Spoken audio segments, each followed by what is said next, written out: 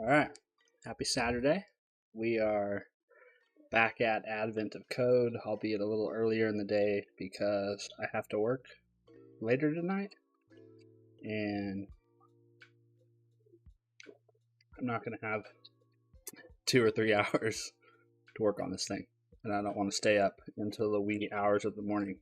So we're going to try to get this done while people are up and about in the house. So there might be some interruptions.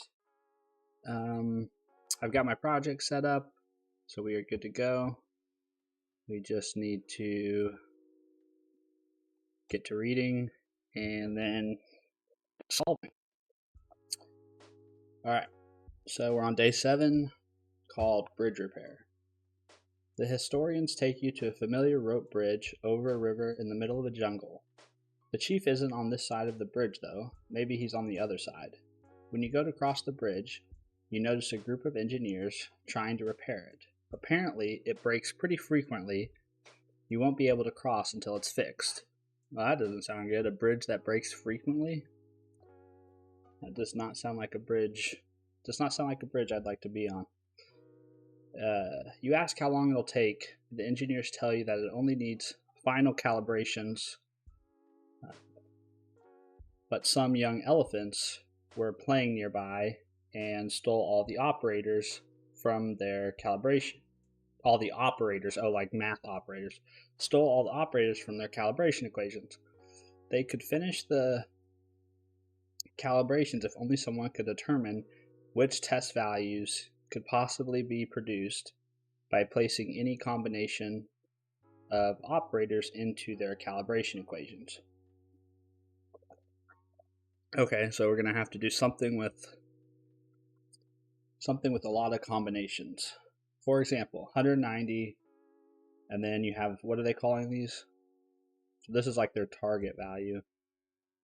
They're calling them calibration equations. So these are just like they're calling these test values. So this is target, these are test values. Each represents a single equation. The test value appears before the colon on each line. Oh, never mind. So this is a test value. Oh, this song's a little loud. Don't like that.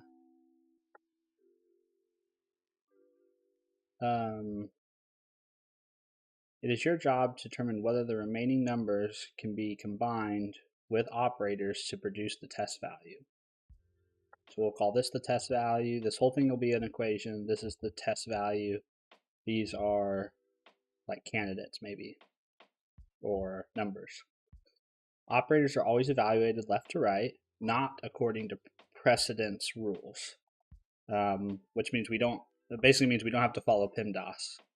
So we don't have to do like exponent, multiplication, addition, multiplication, division, addition, subtraction. We can just left to right. Furthermore, numbers in the equations cannot be rearranged, so we have to use the numbers as they're in the order.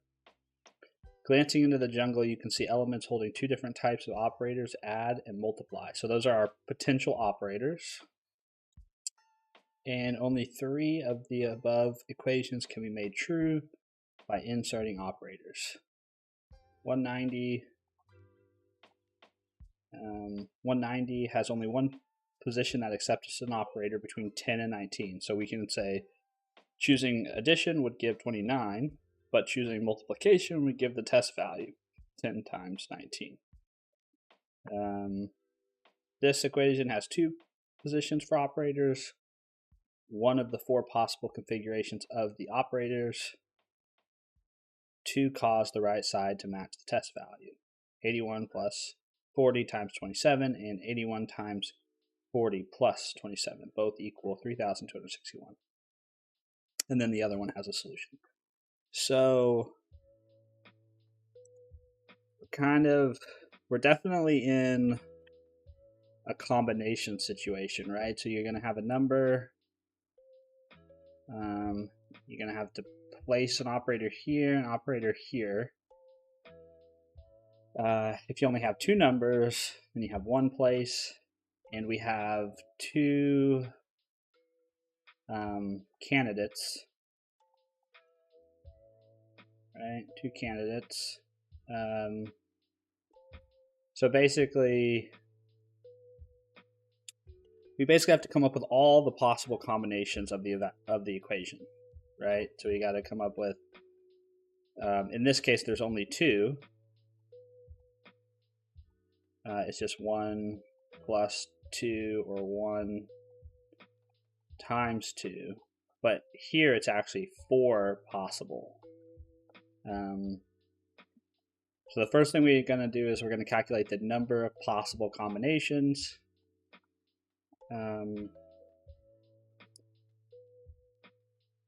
I'm thinking we have the number of possible combinations, and then we build like an array that is the order, right? So the first thing I kind of want to do is I want to write something that basically I end up with a list of operators that has all the combinations. So let's start from a fresh. So I'm basically going to have an array. I'm basically going to have something that says 1 plus 2, and then 1 times 2. And then I'll have, for a more complex scenario, it would be 1 plus 2 plus 3, and then 1 times 2 times 3, and then 1 plus 2 times 3.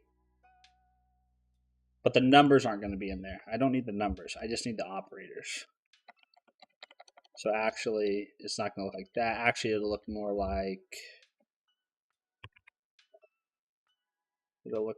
this. It'll say, I'll have a list of, if it's just two numbers, it'd be a list of multiplication, addition. And then if it was three numbers, it would be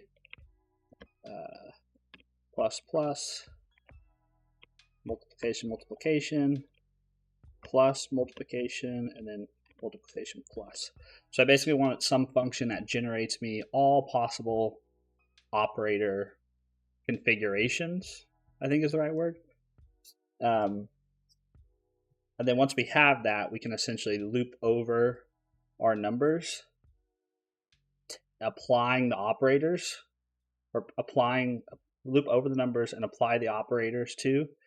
And then check once we get to the end of all the operators, or once we get to the end of applying all the operators and getting a total, is it equal to the target value?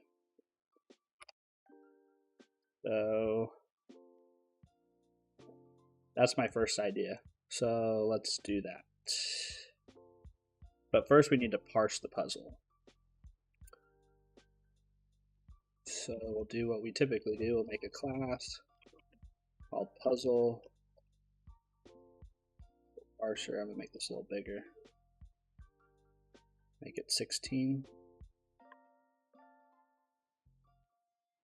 And I want to disable Copilot. But I don't want Copilot doing this for me. Copilot, disable. Yeah, there we go. Okay. Class puzzle parser. And that's going to have some sort of method. Public void parse. We can do it lines, or call it input.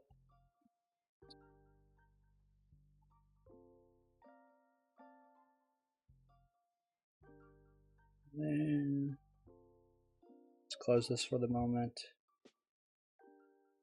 And I think what I want to do is I basically want to return a list of equations.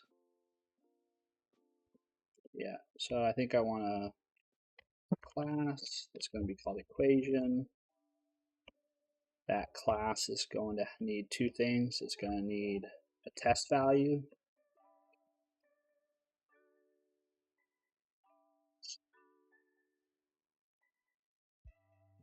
Actually, these private only test private int test value.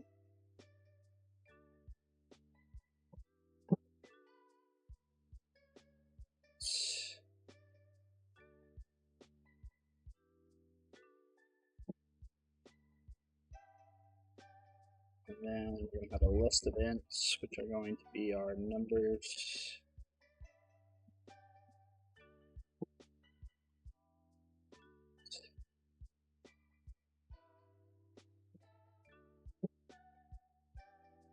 Then the equations will actually have our logic in there. So the equations will do the logic that does the, like, is possible?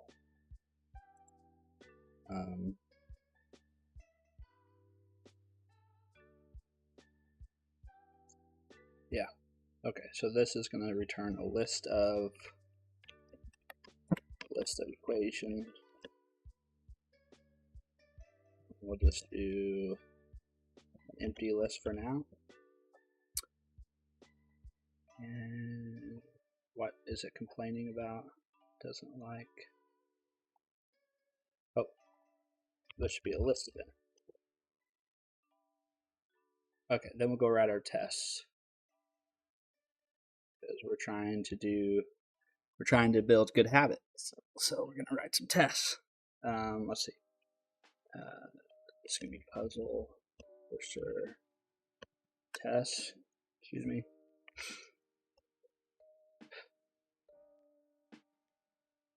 Yes, I would like to do that.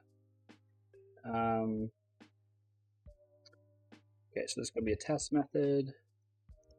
It's going to be public async task, and it's going to be called parse when given example input. It should return expected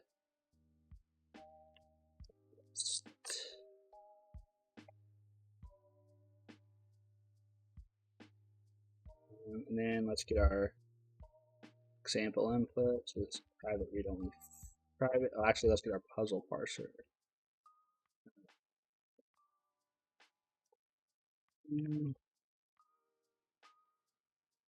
Then private only example of string example input. This is going to be here. Just going to copy these lines. Copy.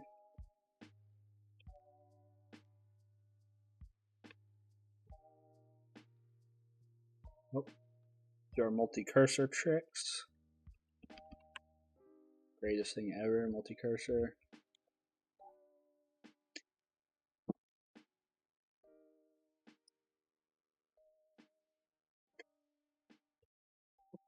I guess when the lines are different lengths, it doesn't work so well.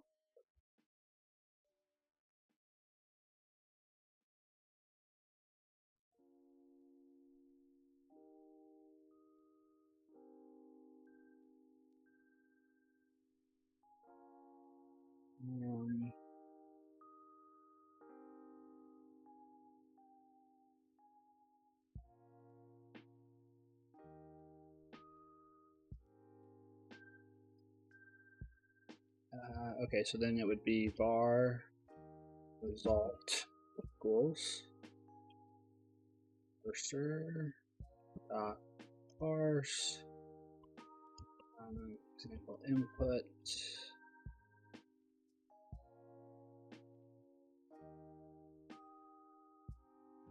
I don't want inlay hints. I find inlay hints distracting. Inlay.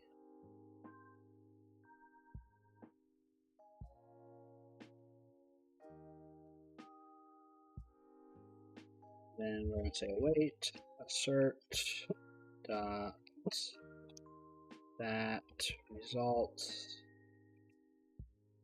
is equivalent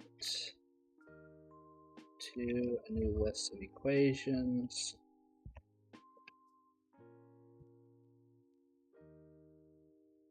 And we'll build that now.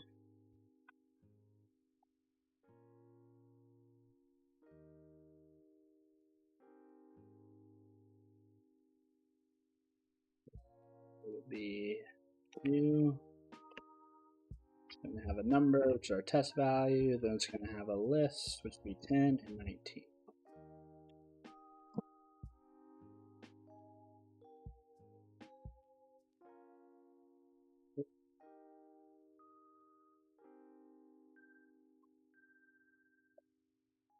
Three, 2, 7, 81, 40, 7,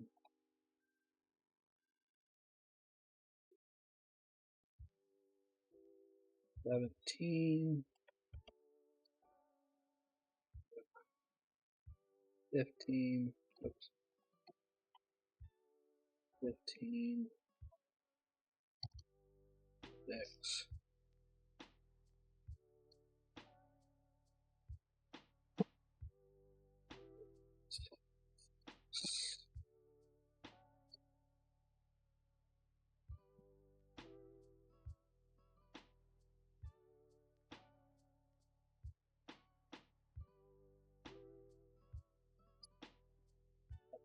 Can I just do a copy and paste job here?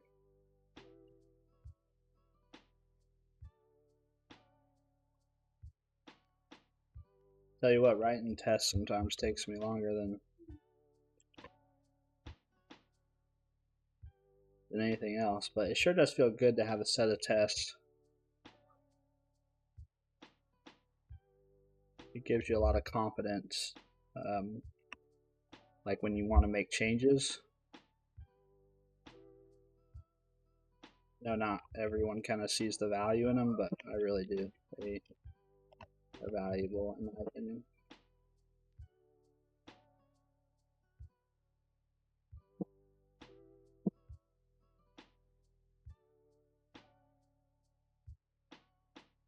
And I need to change these numbers too.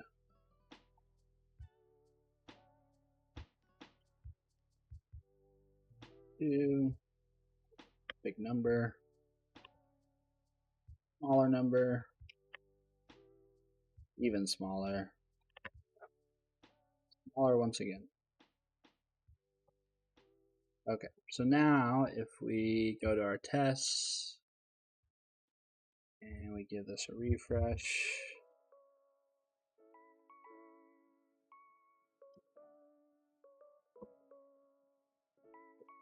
unit test tree.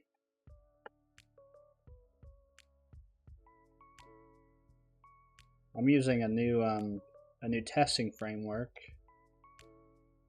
and in order to make it work, you have to make sure you have this feature, the testing platform support. That's got to be turned on.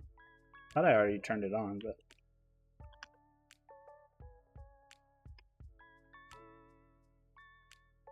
there we go. There's all the tests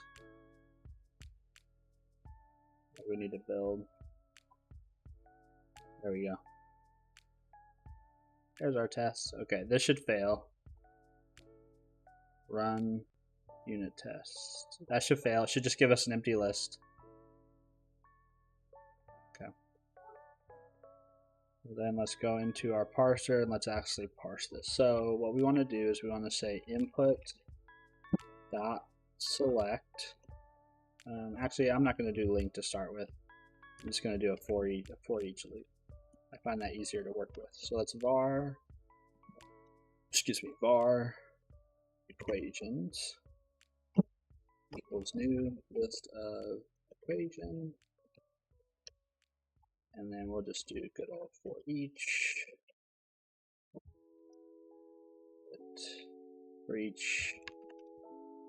line input. No, that song's loud again.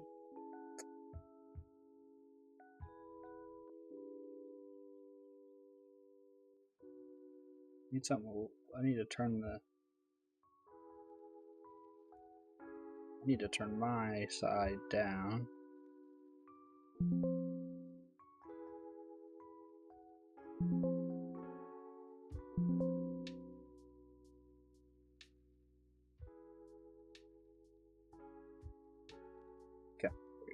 That's better for me.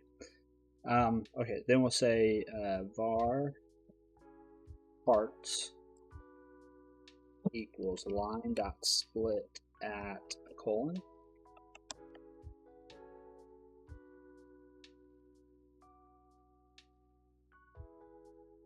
So that should give us the test value.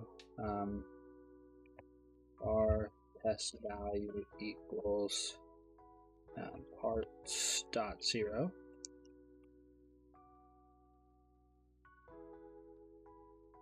Should be able to parse it. Dot parse. And then the numbers, we want to say var numbers equal parts 1 dot split, and we'll just split all the characters on an empty string.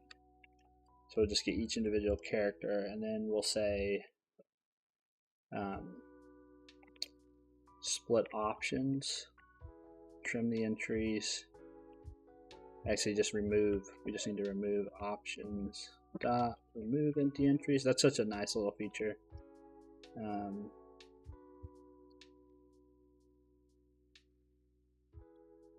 And then once we're here, we want to select in dot parse dot to list. Now we should have a list of numbers.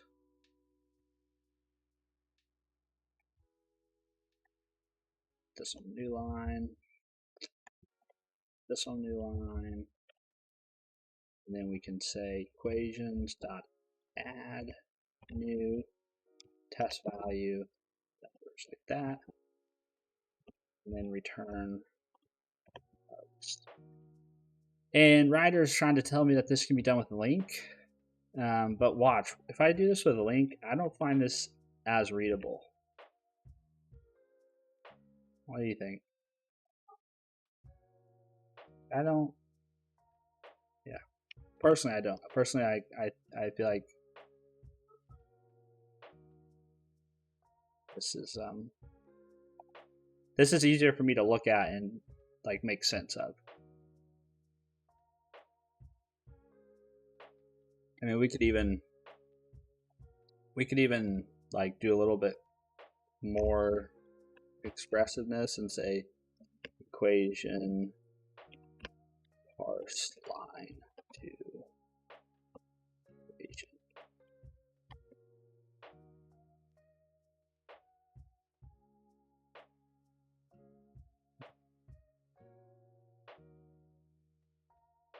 We could say equation parse, or we could have like a static. We could say like from line, like that.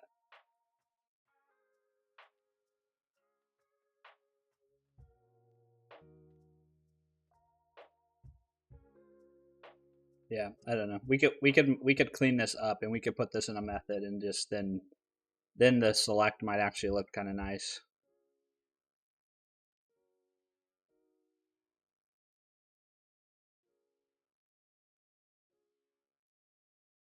What if we did like private static equation, and we say to equation, and we could say this string line. This work? Oh yeah, I would need a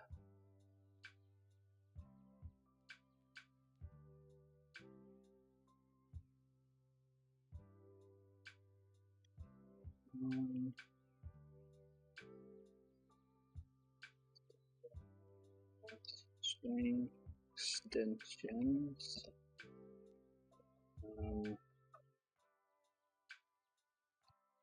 That. And then we could say basically the logic we want to use. Say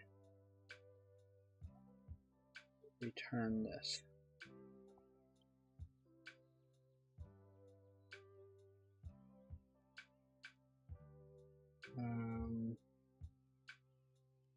And then that would let us basically clean this up, and we could basically say input dot select string dot to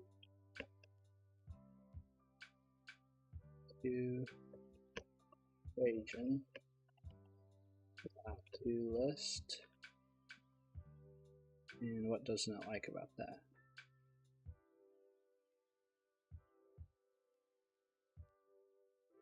Oh. Yeah. That's kind of nice, right? I don't know if I like how long the line is, though. What if we do? I get caught up on this stuff so much.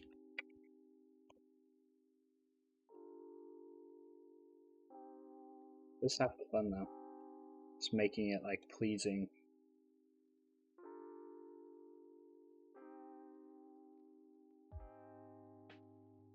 Okay.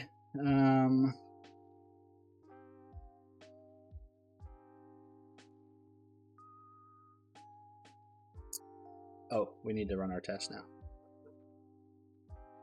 See if this passes now. I'm hoping it does. Nope.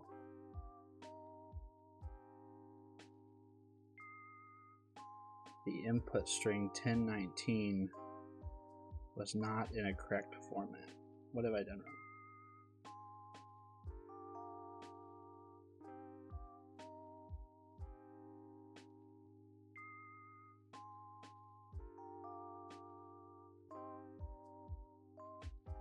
Oh, yeah, I want to split on the empty space. Whoops.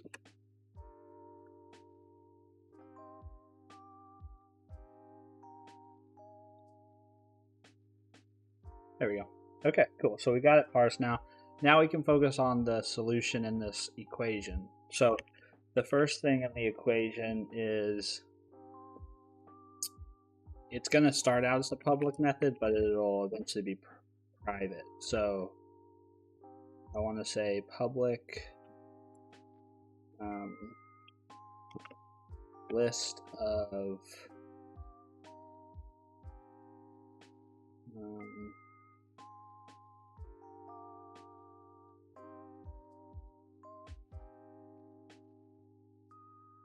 it's basically going to be a list of characters, or a list of characters. So list of list char,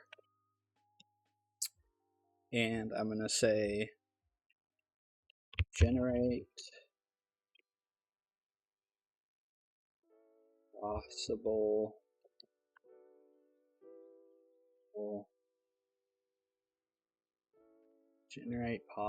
operator configurations. And this actually could be an enumerable.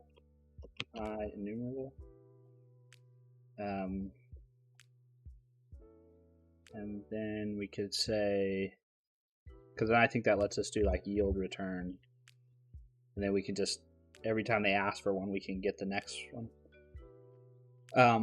So the first thing we need to know is we need to know how many possible number of possible configurations, which back to the math that we were doing at the beginning, the way that this works when you're calculating combinations is going to be, so if you have two numbers, 1 and 2, then you have one possible place to put your operators. So, and if you have three numbers, then you have two possible places. So it's always the number of places, right, is always going to be n minus 1, where n is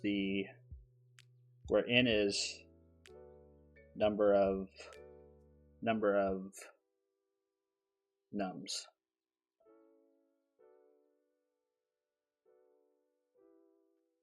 And then it's exponential because it's going to be n minus 1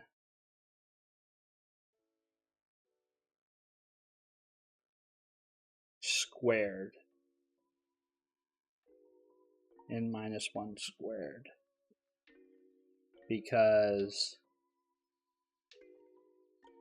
it's squared because we have two operators. We have a plus, or it can be a multiplication sign. So it's always going to be n minus 1 squared.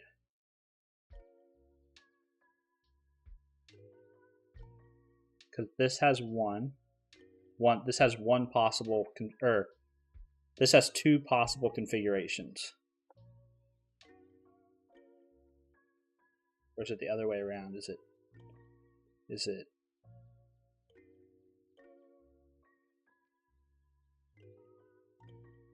Well, we can do the math. So this has 1 squared is 1. No.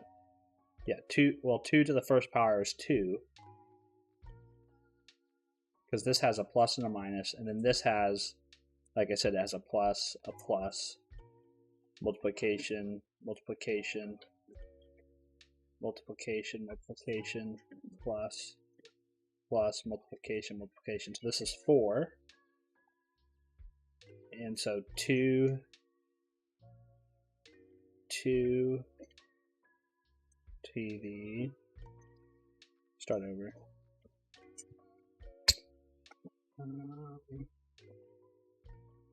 So if you have this is two combos. This here is 4 combinations. So it's always going to be, so this is actually going to be 2 to n minus 1. 3 numbers minus 1 is 2, that's 4. If you have 4 numbers,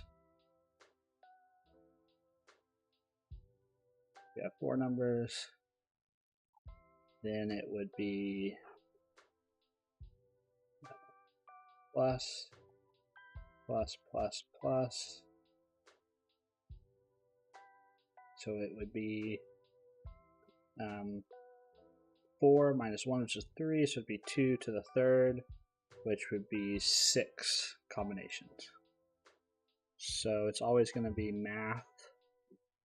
It's going to be math dot how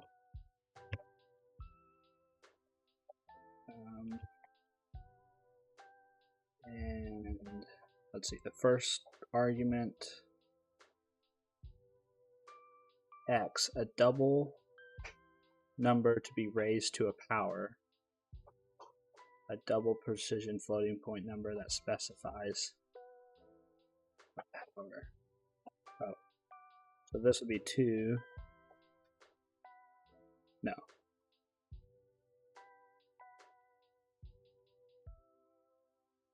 Yeah, this specifies the power, and this is going to specify, so we want numbers minus 1.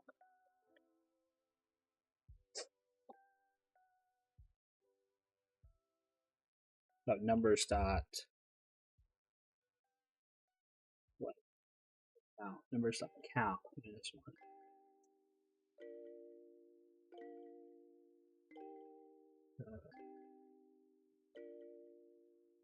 Just return this.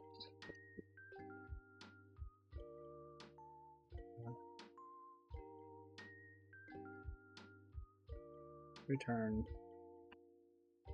that for now. I'm just going to debug this really quick to make sure my thinking is right. Here, test, sync. Like I said, I'll actually throw this test away because I'll make this private afterwards, but just to make sure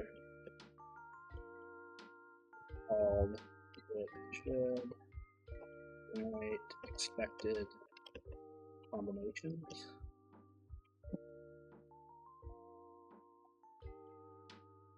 And we'll say, oh, this should be in a set. This should be in a whole different class. Should be in a whole different class.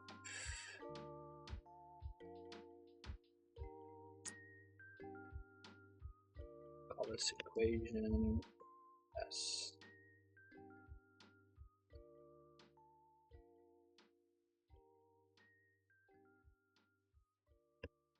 Test of async task. Oh. Space.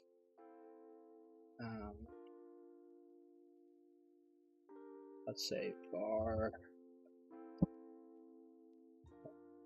limit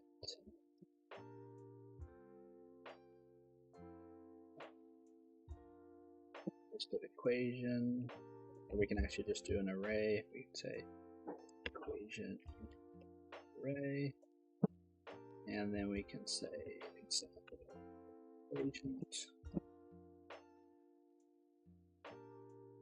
and we can actually just use this list here.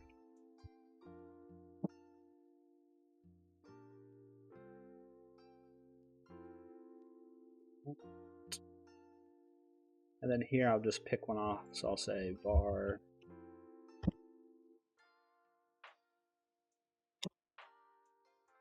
equals var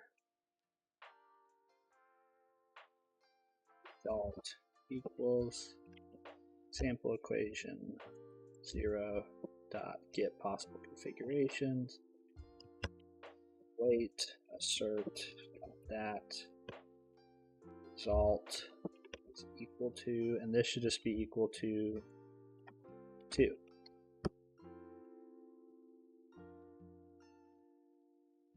Oh, this should be, well,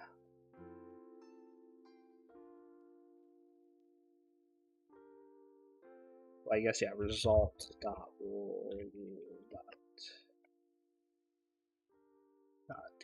count.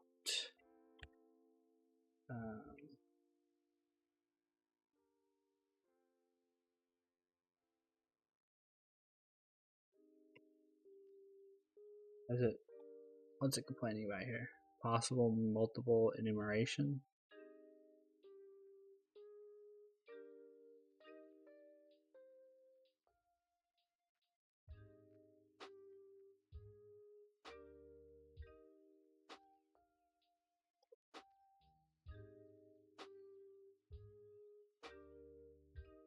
This should be equal to 2. So right now we'll just test, we'll just make sure that it's generating the right number of combinations, and then we'll worry about if it's actually the right combination. So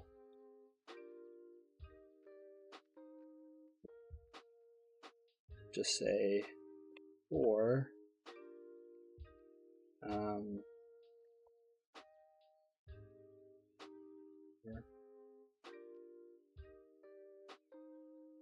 I is less than number of possible combinations.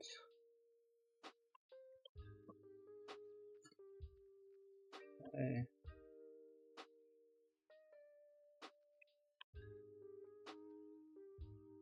B. Paste. No, I don't know why that wasn't working. And then we'll just say R figs equals new list of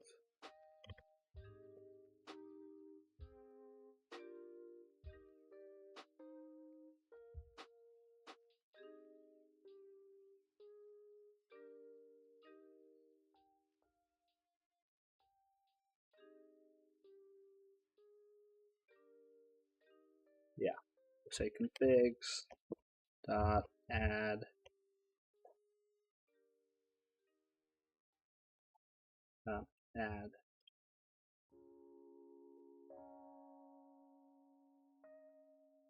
and the configs. We want a yield return. Yield.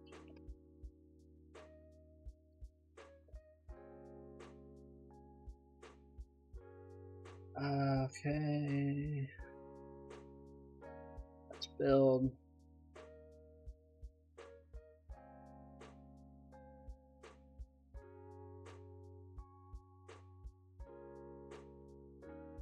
Go to our tests. And refresh those.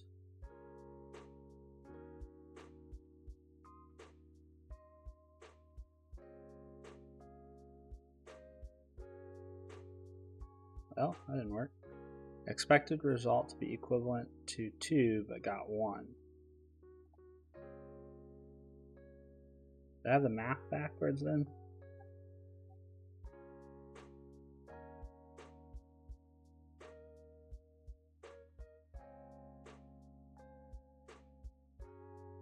I must have the math backwards.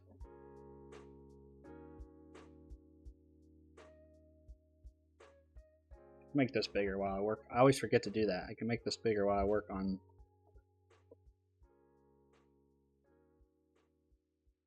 Yeah, I've got this backwards. It should be 2 raised.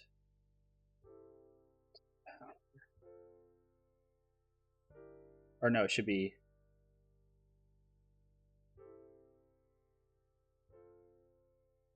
Yeah, I think I have these numbers backwards. 2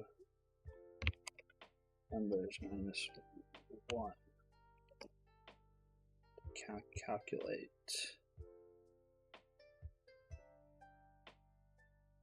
Numbers dot count.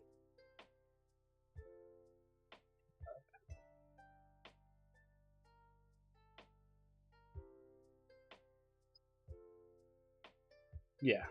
Okay. It's still not run.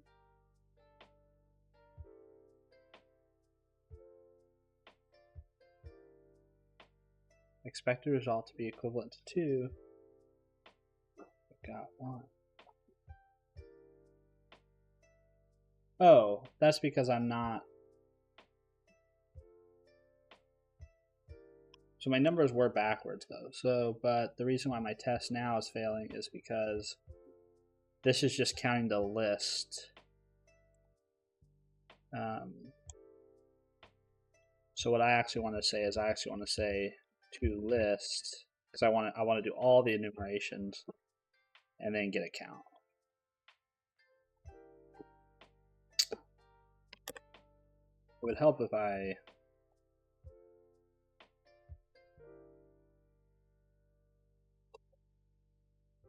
really. This should be a list. A list of a list.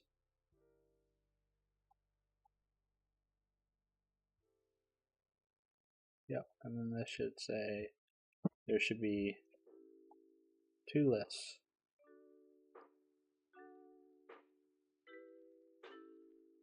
Wait, no, because I'm building a list here, and that's the number in that list is what I care about.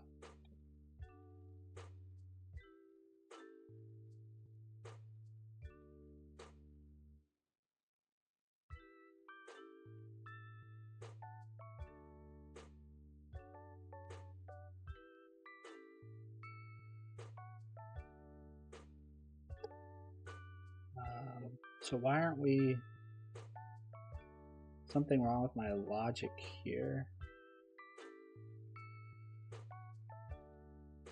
I always get stuck on the stupidest thing.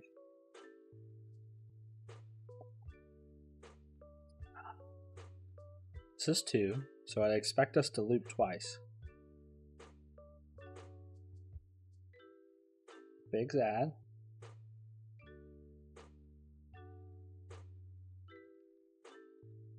Bigs add.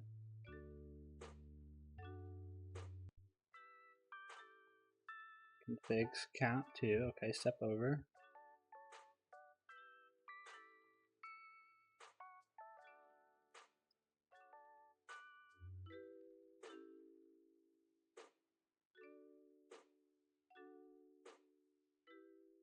Okay, I actually didn't want to do that.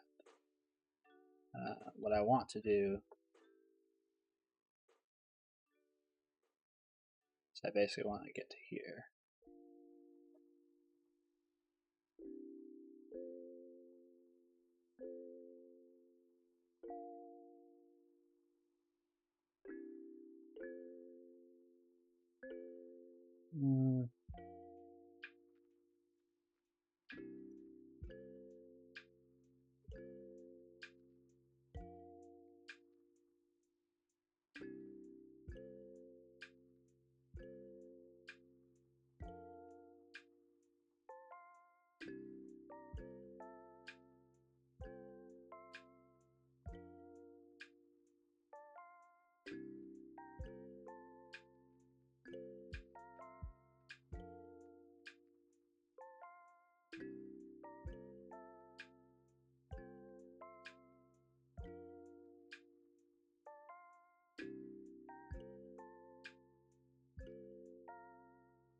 Because this turns an enumerable.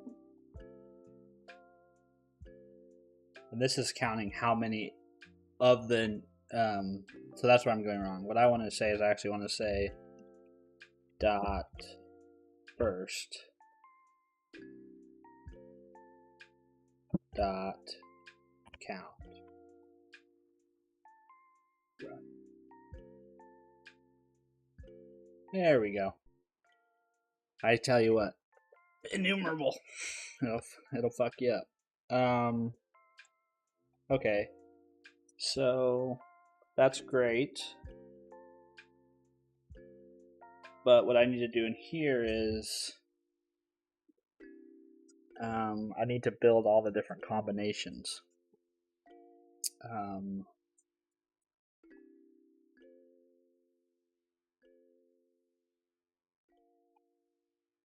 So what's that going to look like?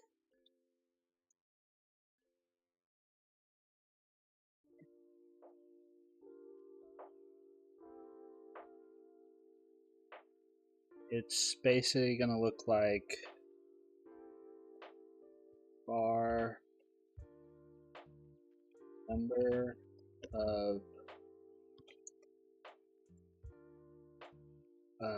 number of positions is going to be this thing, numbers dot count minus 1.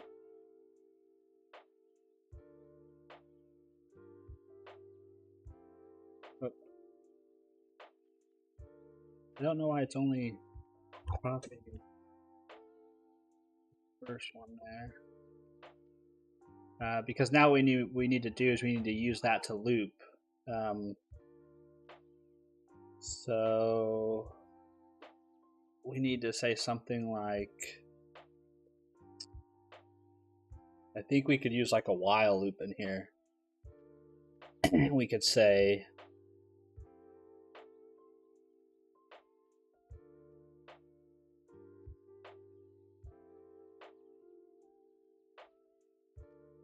I think we could use a for loop. So for, and we could say while this is less than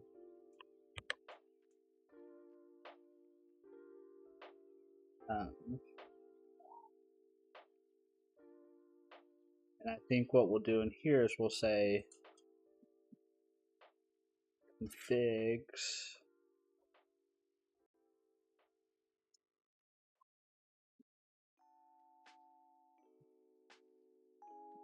oh no, this is actually going to be config.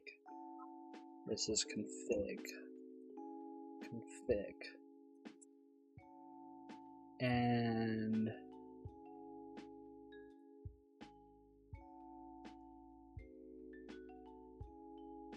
I think what we want to do here is we want to say if config j equals, or can I do this?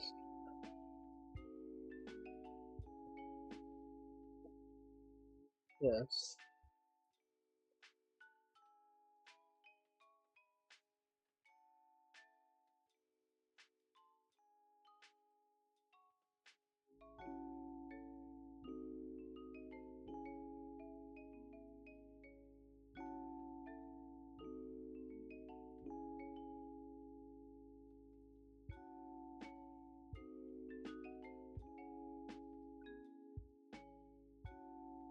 I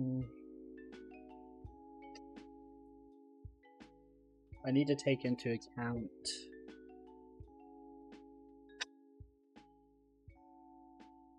I think I need to take into account the configuration we're on. Because we're basically trying to turn this on the first iteration. We need this to be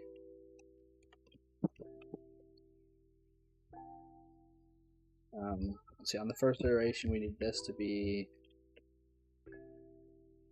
plus.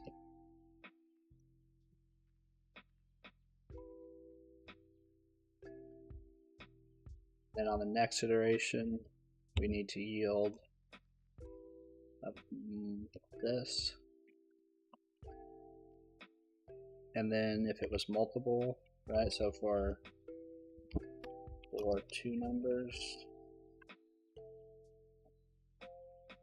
for 3 numbers, we want to yield plus.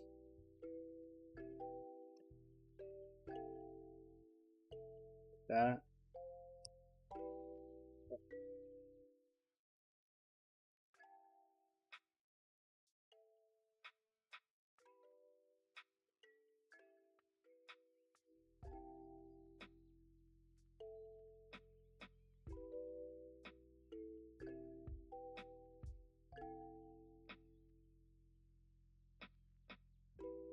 And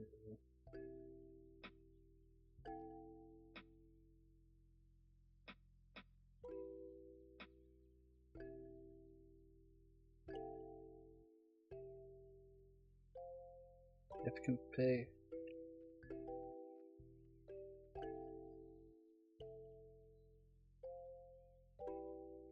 if this is equal to this, then we want to change it to be config. Oh, okay. So we actually don't want the index to always advance on every iteration. So this is why actually I think what we need to do is we need to do a while. We need to manage the index ourselves, basically. It's less than number of positions, and then we'll say bar j equals 0, like that. Because what we want to do is we want to say if config j is plus, then we want to say bar current operator equals that.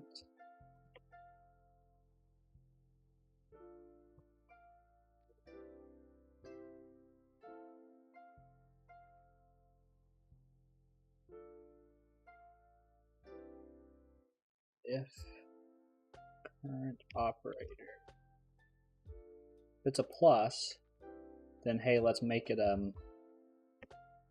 the plus, then hey, let's make it a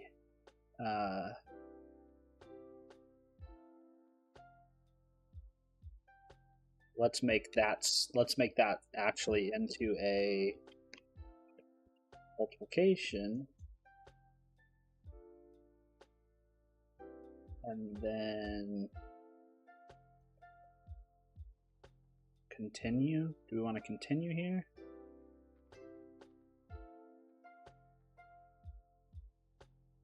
Else, but if it's not a plus, then we want to make it a plus.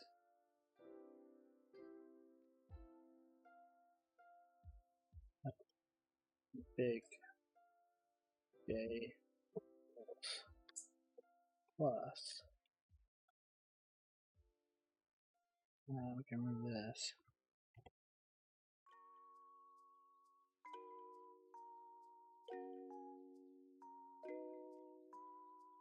And I think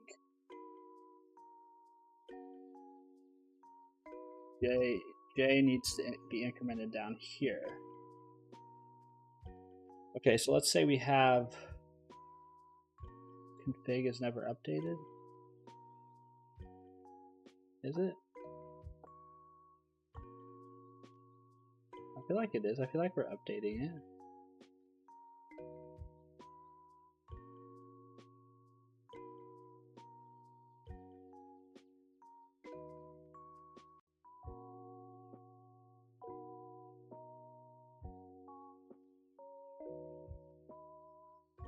So what, can this be an array then?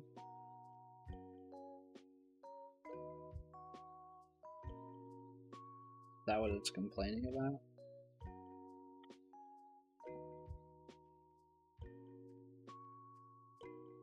Oh yeah, so I can make it a config and I can make it an array size of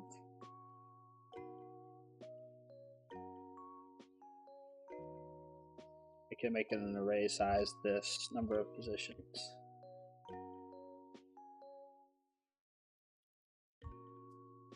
So then we can just swap this. Okay, so let's walk through this with one number. So with one number, we're going to have two of these.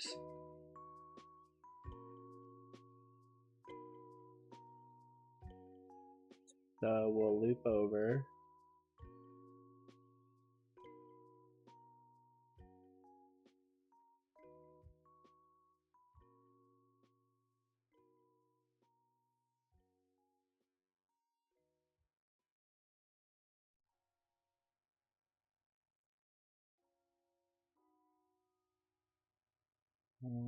So I'm thinking maybe I have a problem here with this loop, but let's not get sidetracked there. So number of positions will be 1. There's only one number of positions in this case.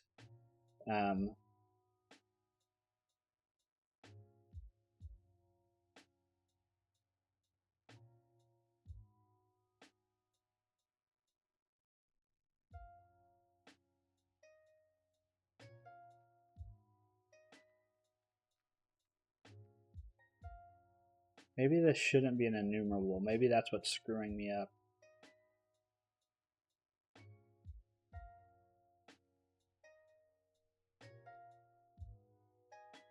Yeah, let's make this a list.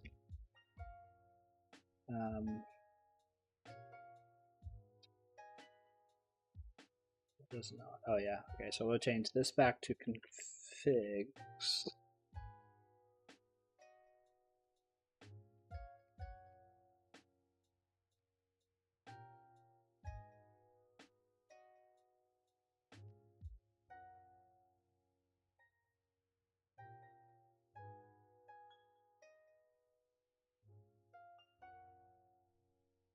Is that what I want to do?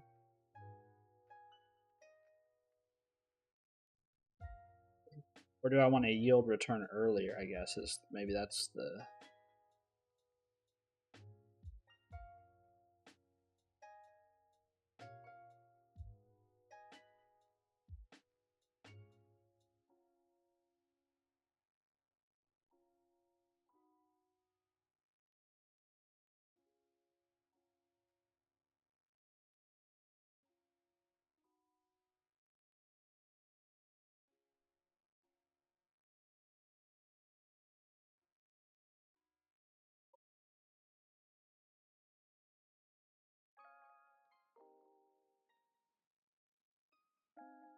Maybe I yield return here.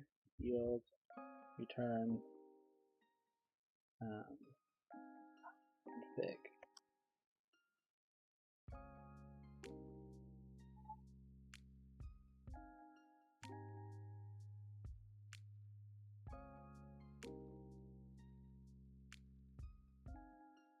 This becomes a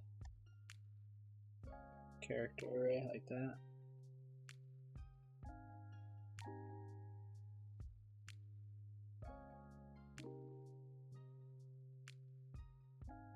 Oh yeah, okay, now I think this makes sense. So my thought process is it's going to come in here. or config is outside of the loop. So it'll say, okay, for the first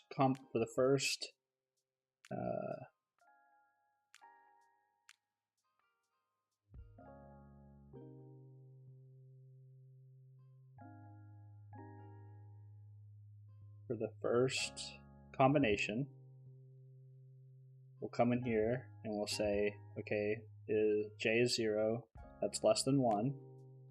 The current operator of that position is not going to be plus. So we're going to go else config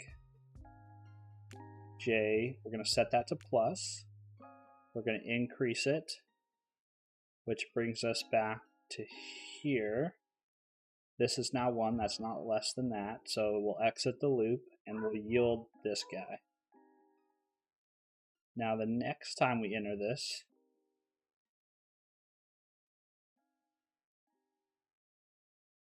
this should go to 1.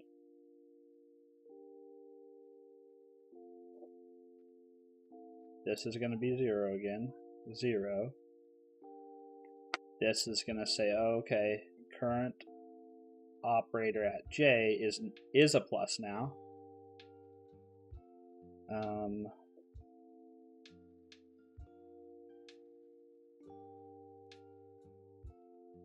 In which case, we're going to set this to that.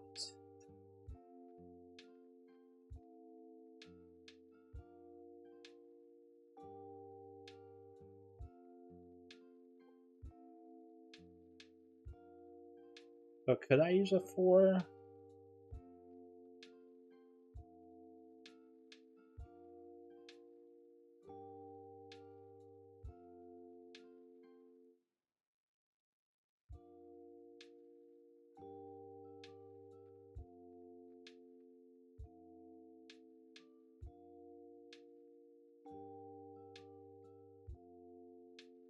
Let's just see what happens.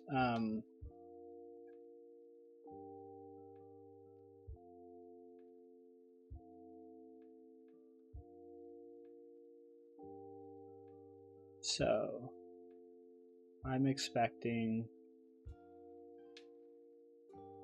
here. Oh shit, it's been an hour already. I'm not even into the meat of this problem. If I can get this piece right, though, I think the rest of it is, this part 1 is pretty straightforward. So result,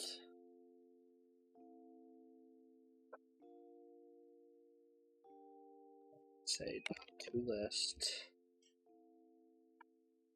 then I can say result is equivalent to new list of characters array.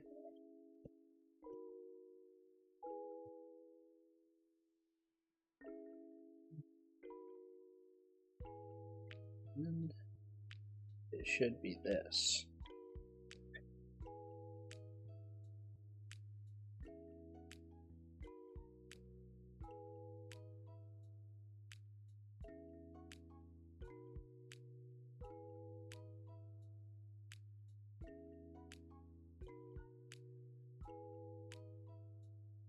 Isn't it?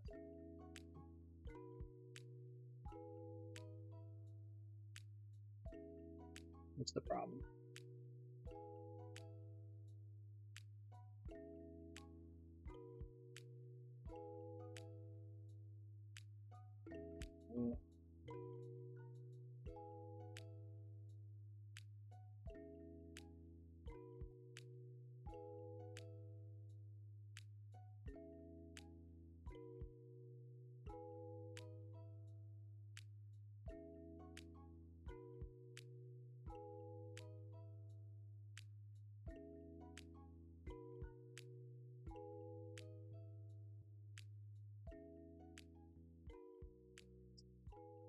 I don't want to do that.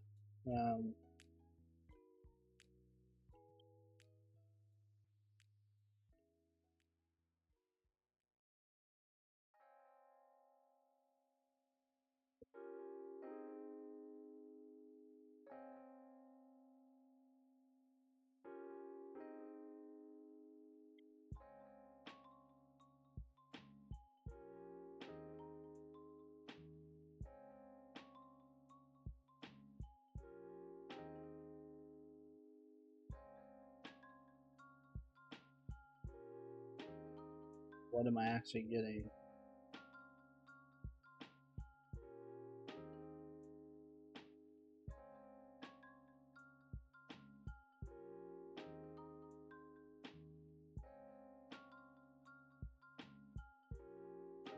Okay, why am I getting a plus? I think it's because I'm not incrementing it.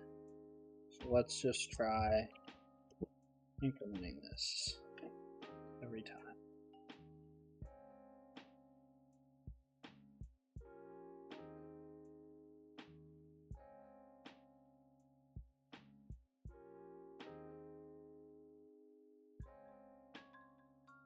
Now I get that. That's not what I want.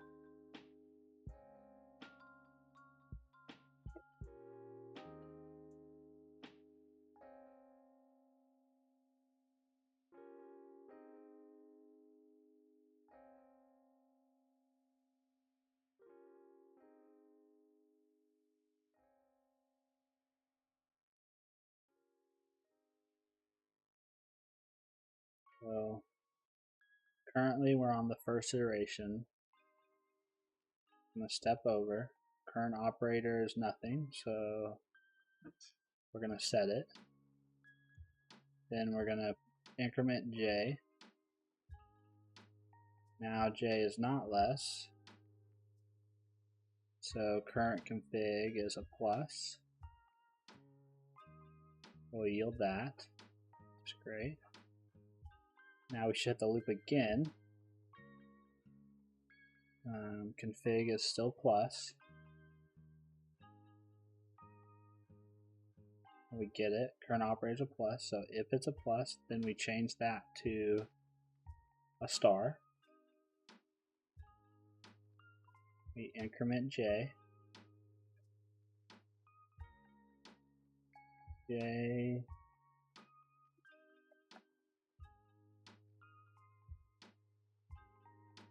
So this is star. Oh.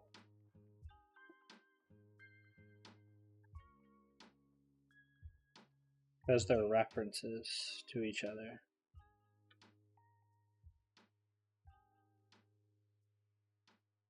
Yeah, because they're references. That's a silly mistake.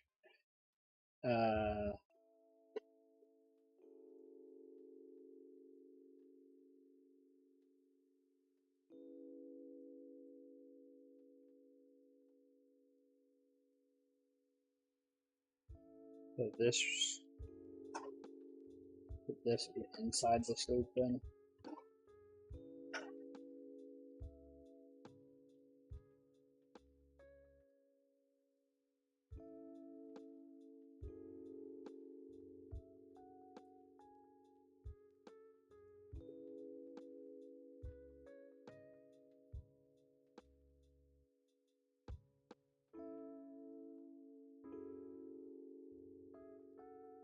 They're both pluses.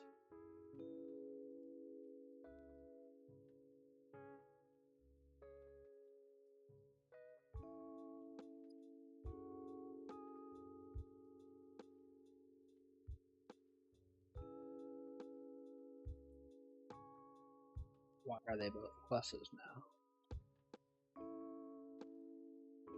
Because this is new each time. So this doesn't know, this has no awareness of what it was last time. So it has to be outside.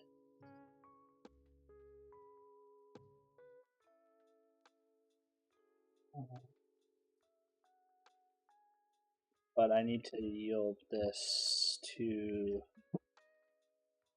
array.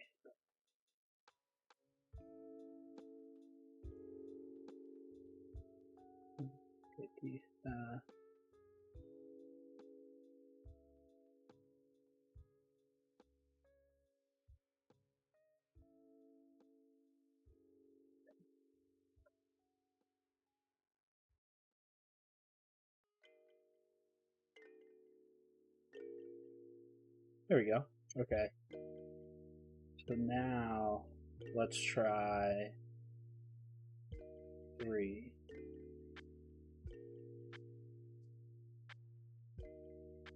Because like theoretically, the combinations, regardless of the numbers, are always going to be. It's just based on the number. So.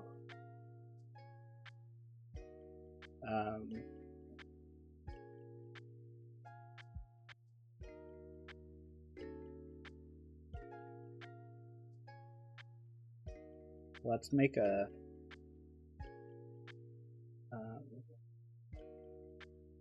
Look.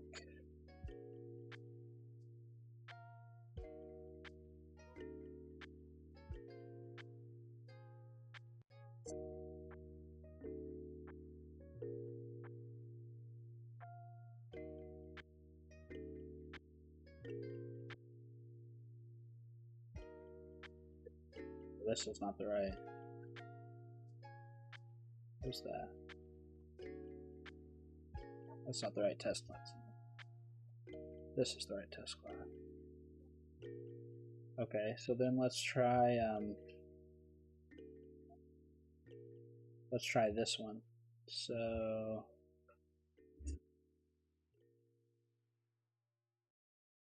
let's call it async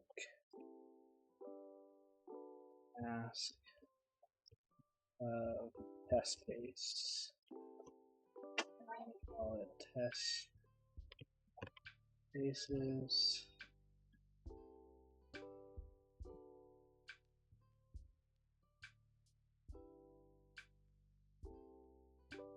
I learned how to do this other day with T-Unit.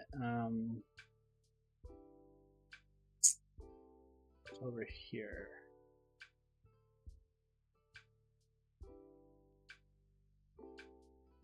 Right, so here's test case. This is basically how to make a data-driven test. So in this case, it's going to be a list of, we're testing different equations. So we're going to have a list of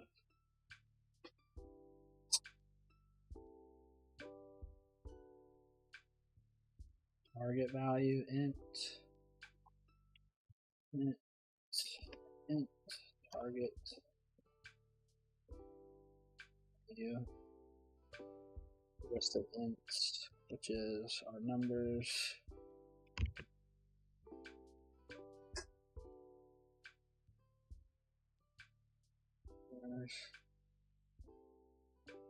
and then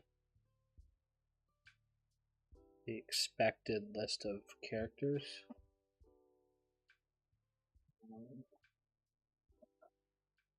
List of character array.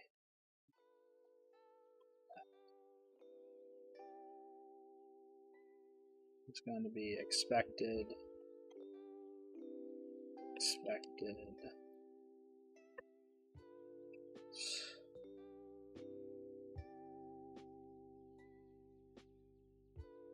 And here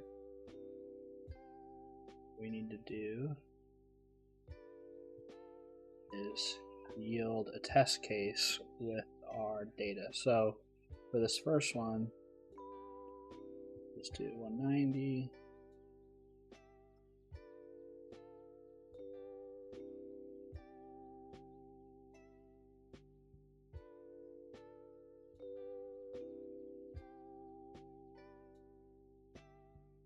Separate class, so we can't do that. So now this is going to be 190.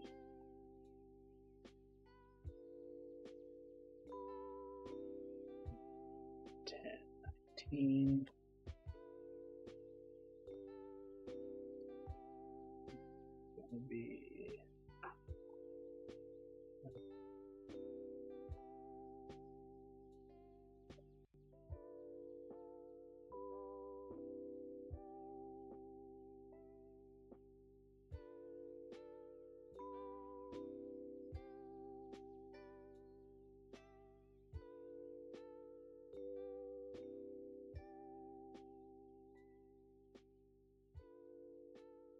now we can decorate our method, our test method with this.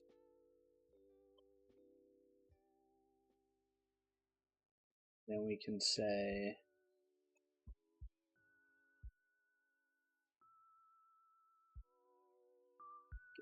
test case, and then we can say new equation, test case dot target value, test case dot numbers, and then we can say test case dot expected combinations, and hopefully this will still pass.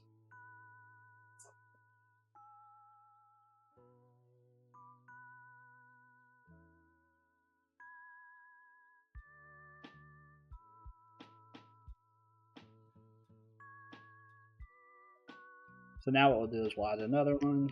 We'll say yield, return, and we're returning a func because we want each test to have its own instance of the test case.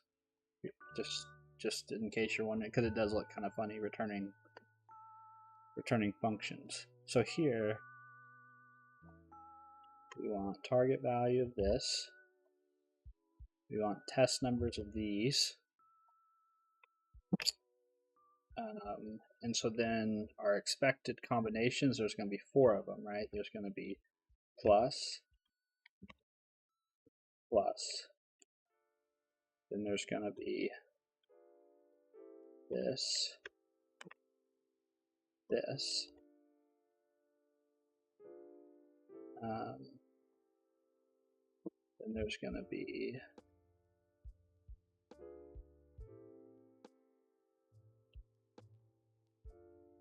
plus, then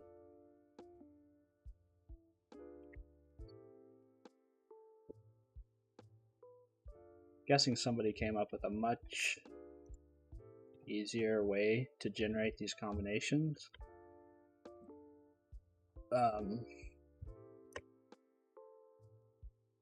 But this is what's making the most sense in my mind at the moment.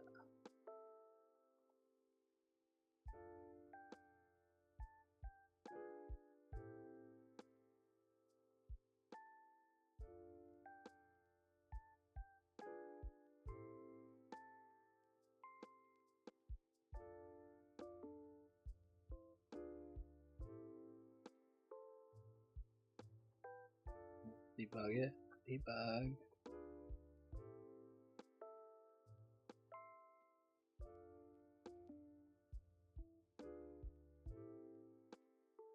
Result.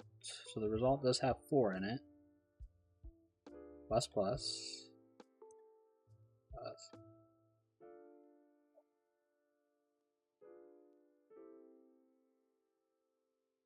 So it's just resetting each time. This is where in my mind I was thinking the for loop, the while loop comes in handy, because basically when we reset it to plus,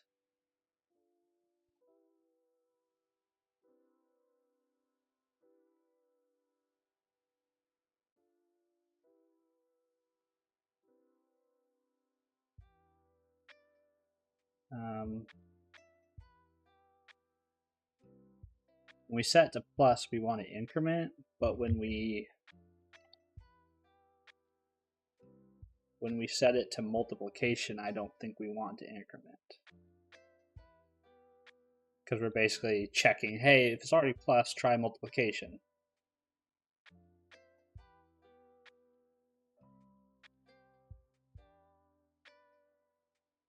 No, that didn't work. Does this one still work?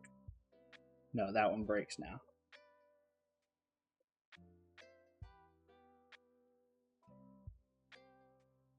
Okay, there's something here I'm not thinking about. So let's put it back where we had it, because one test passes.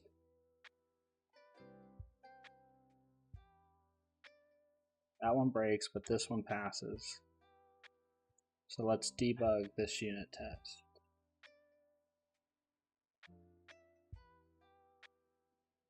Debug unit test. So the first time we come through here, this is not a problem. So the first time we come through here, we should end up with a config that's ++, which is right. That's what we yield. Now the second time we come in here, the config should be ++.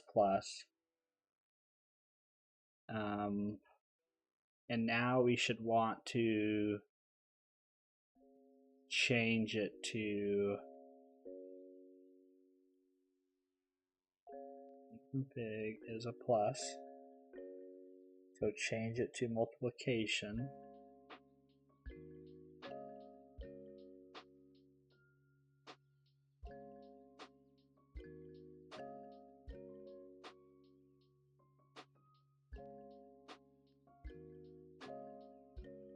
And then break out of there.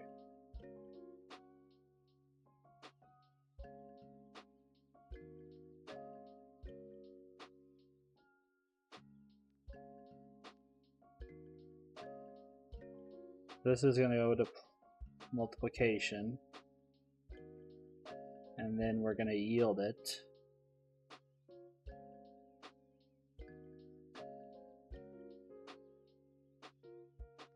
So basically we did the pluses, we did the multiplications.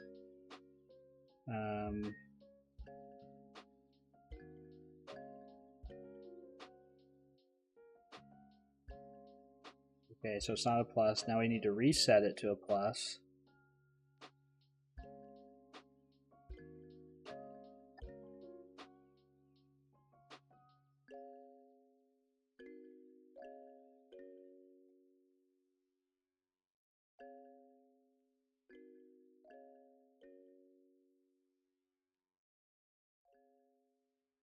Yeah, let's try this. But I think when we try multiplication, we can break.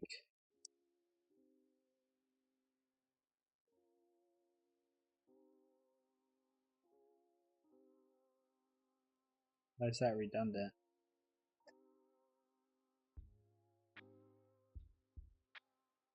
Oh, I see why you're saying it's redundant.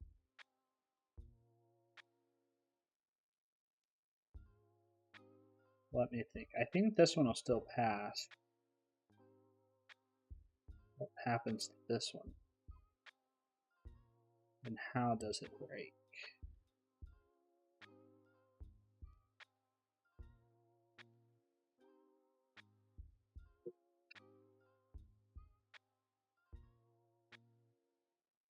We'll get 4 plus plus. Yeah, that's right. Yeah, that's what we want. That's all 4 combinations. Okay, so stop.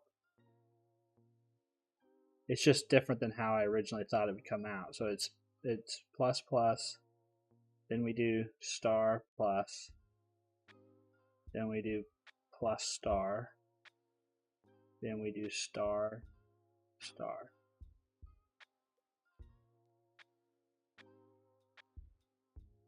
So what's wrong? Why aren't they equivalent?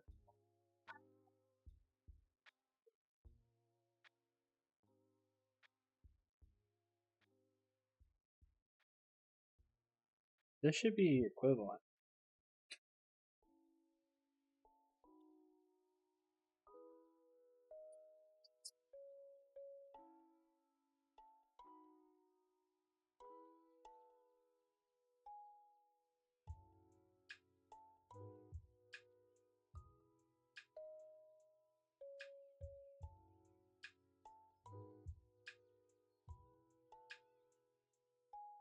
I don't understand why those aren't equivalent.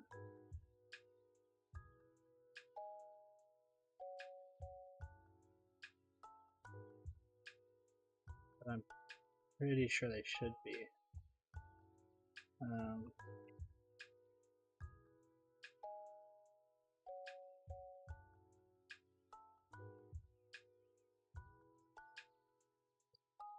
What happens if I do that? Yeah, they're both gonna fail because that's not. Is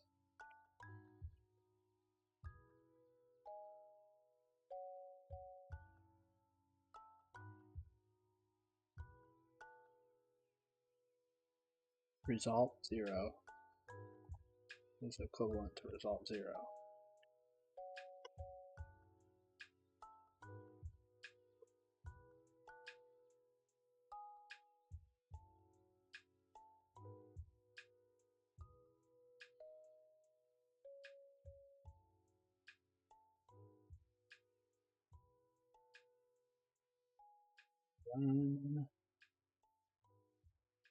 Run all. Run all. Yeah, run all.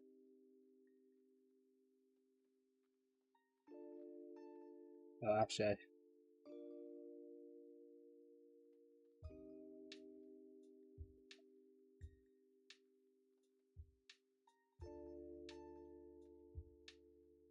over.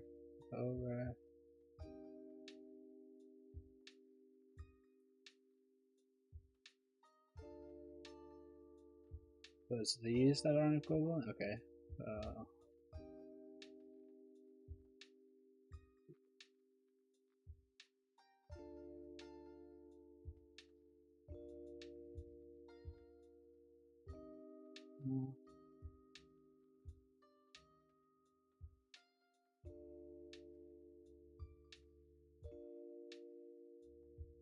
Result 3.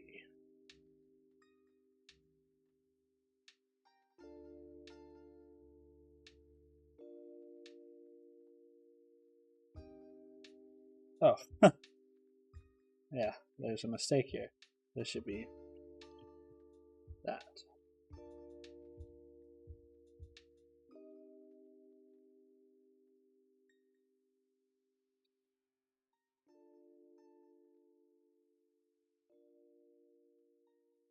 Let's go.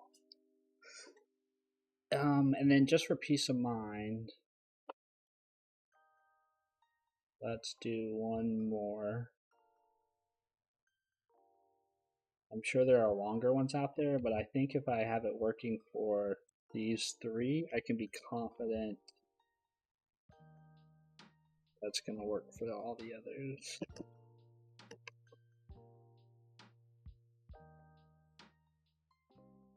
The only thing, this is not probably super memory efficient because I'm literally creating an array of. I'm going to generate a lot of arrays of these lists. The list is going to be very big for some of the inputs, I think.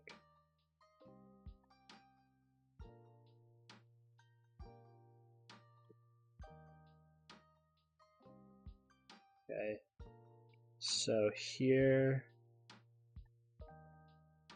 there's 3, so there'll be a total of 6.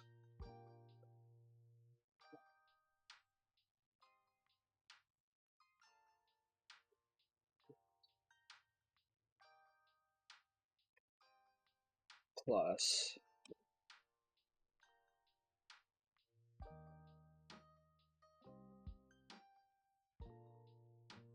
right, yeah, because there's 3 spots.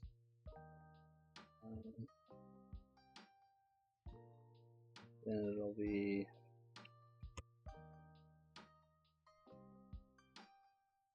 plus. This will be a star, and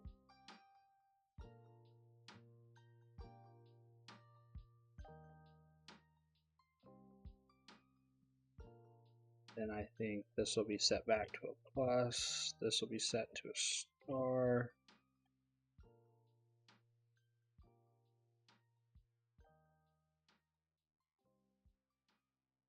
To put this on a new line to make sense of it. That.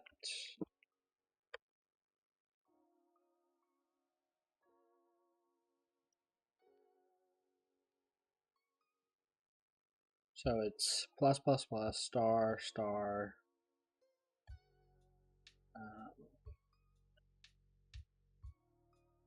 plus star.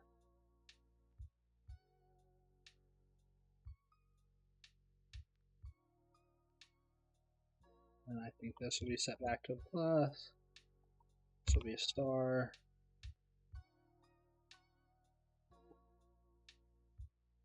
Then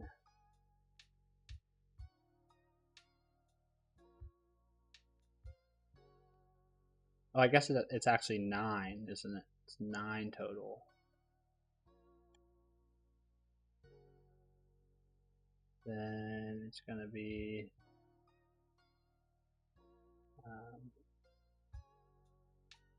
this is going to be a star. This will be changed to a plus. This will be changed to a star. This will go back to a plus. This will be a star.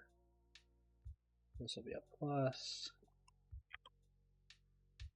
And this will be a star. This will be a plus. This will be a star. 1, 2, 3, 4, 5, 6, 7.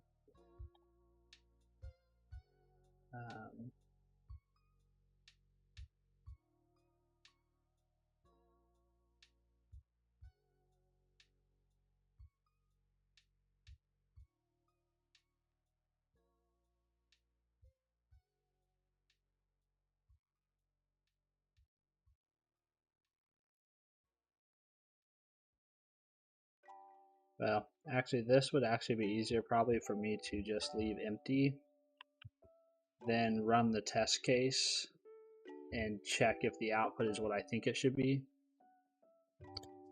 So debug.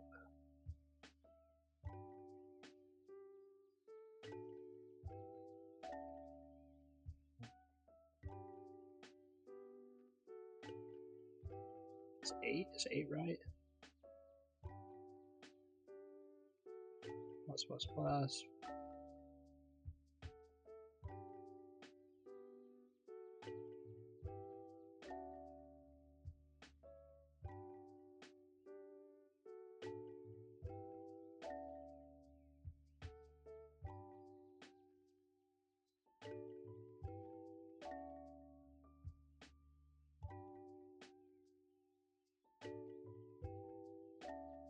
There's 3 possible spots.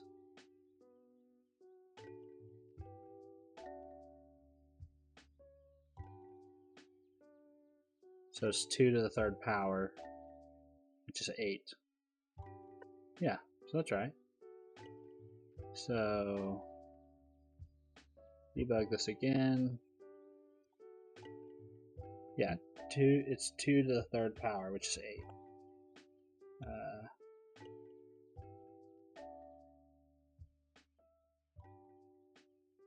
It's going to be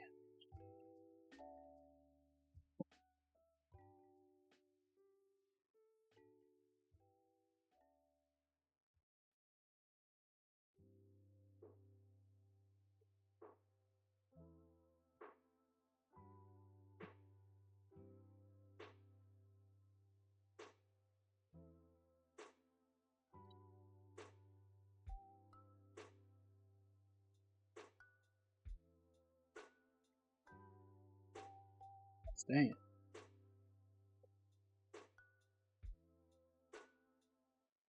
6, 7, 8. Maybe plus plus plus star plus star.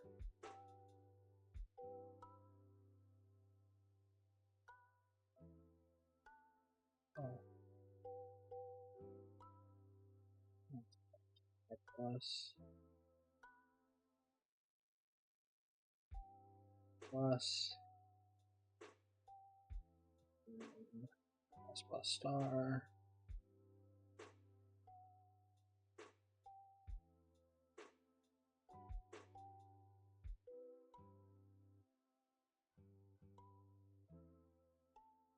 var plus star, and then plus star,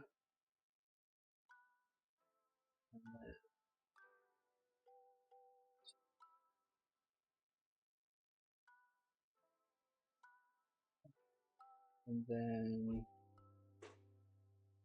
star.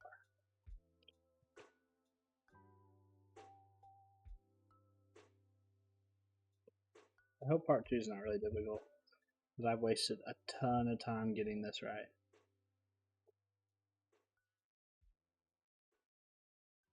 Run unit tests.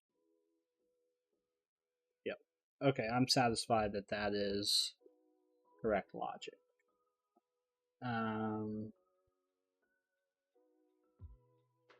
Okay. Now,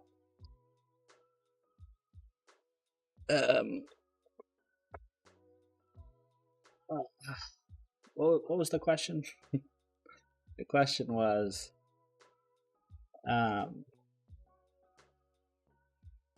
we need to see if the equation's possible. So we need to say public bool dot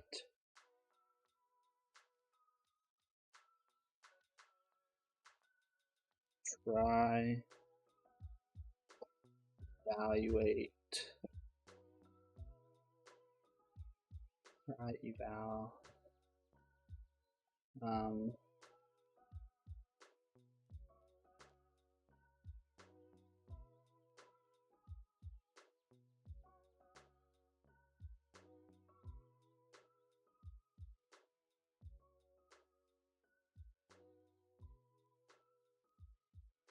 Yeah.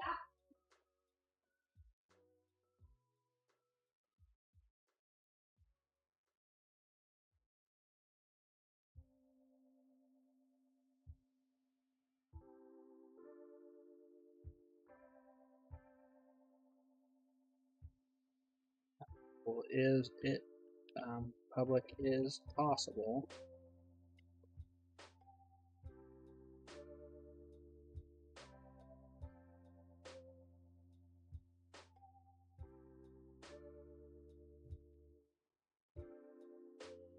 It's possible if any of those combinations, so we say var combinations equals get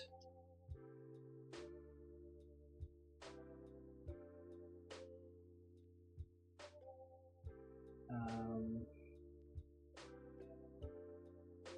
then we'll say for each var combination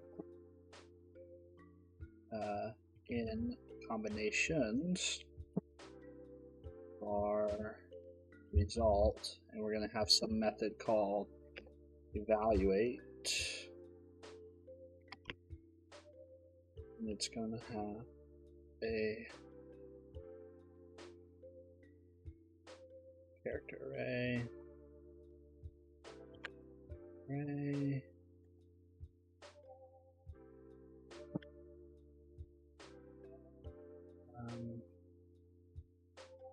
and then it's going to say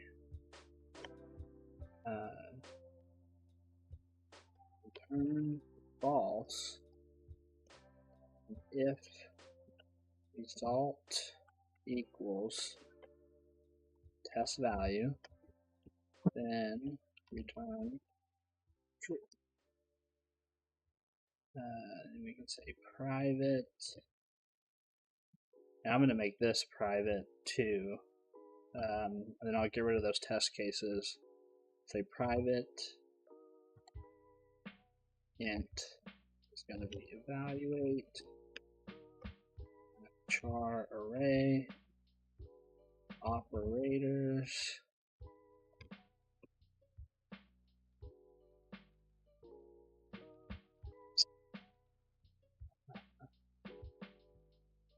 then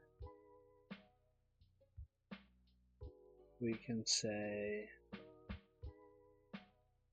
var result equals numbers 0. So we're always going to start with the first number, that's on the far left, and then we're going to start applying the operators, and then we'll return the result. And we'll say for each bar operator in operators, we'll say result. We'll say if operator OP, if OP is a plus, then we will do result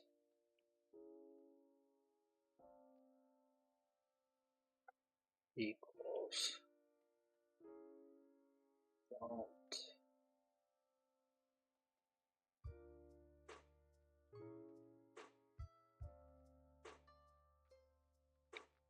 Oh, actually we can't do that. We can't do for operator and operator. We need to do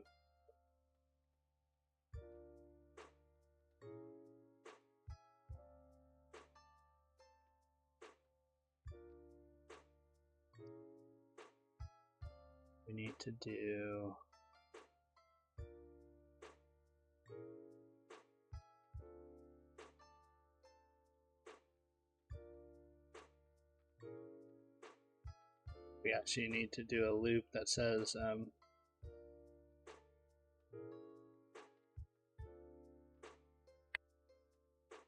for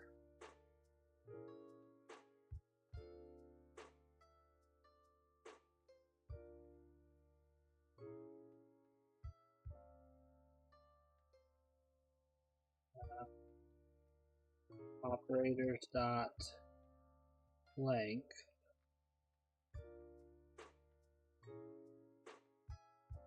we're going to say var current operator equals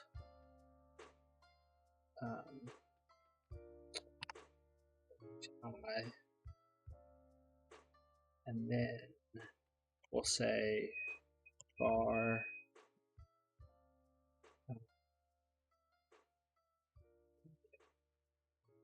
it's going to be numbers I plus 1.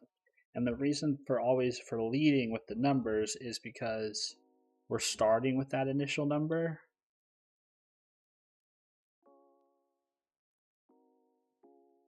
So we'll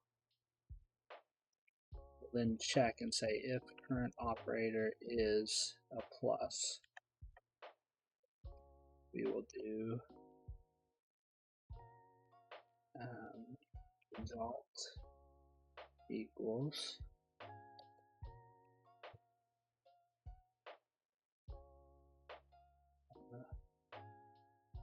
plus number.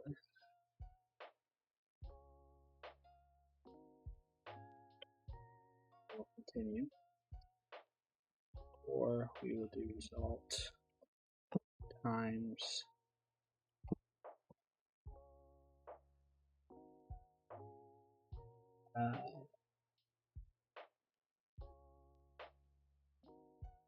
then return the result.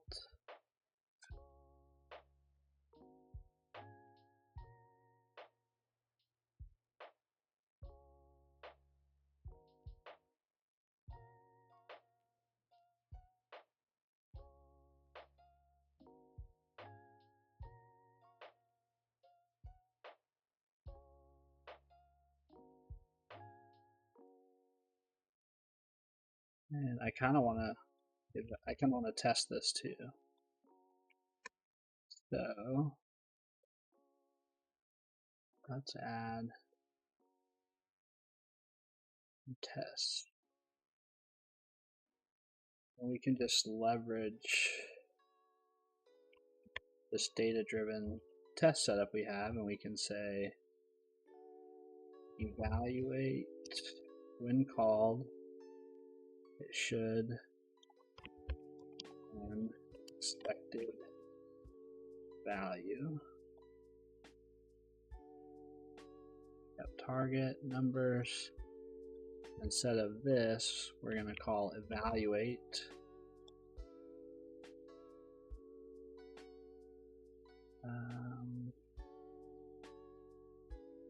Oh, and we need some operators. So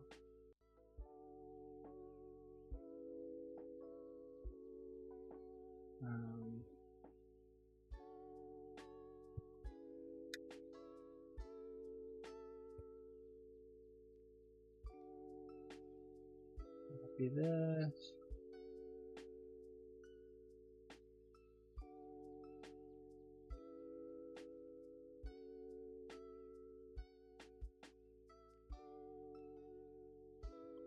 And I'm going to say this. Oh.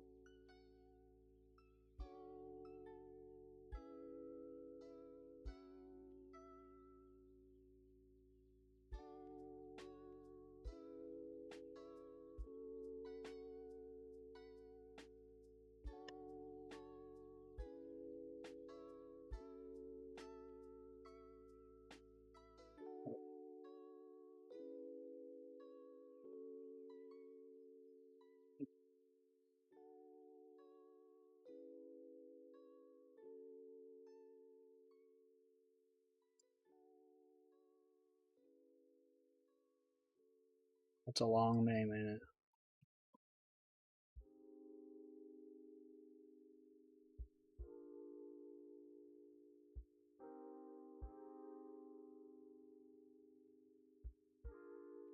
But I need the shape of these cases to be a little different.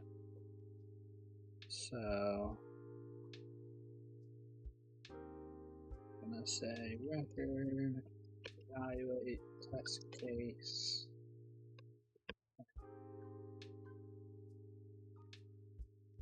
It's gonna have most of the same things.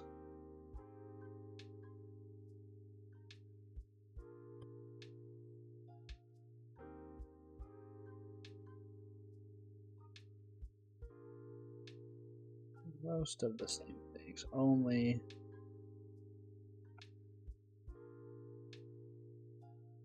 so list of numbers, and then we need int expected value, and then this is going to not be a list of character array, it's going to be a character array, and we're going to call this the nations.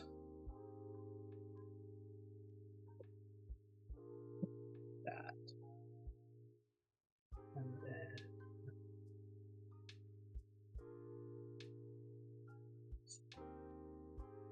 evaluate test case.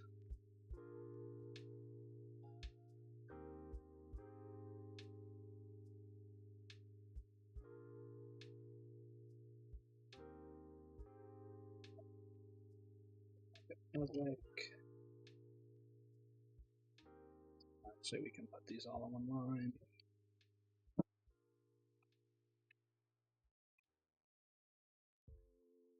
Two hours in, haven't got part one. And I can say I enumerable. I'm just going to reuse some of this.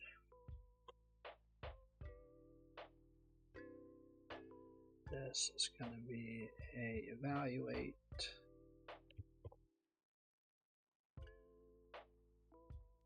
Evaluate test cases.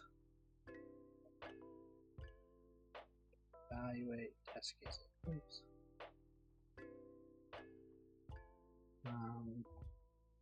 Then we can say test case dot combinations, and then we can say test case expected value. Evaluate test case. Then we just need to modify these.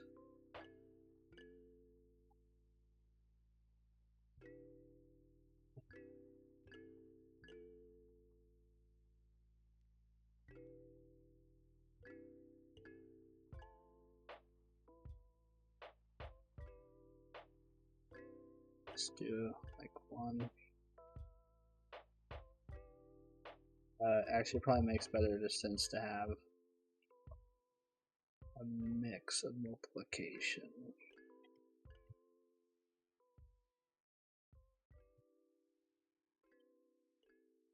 Like that.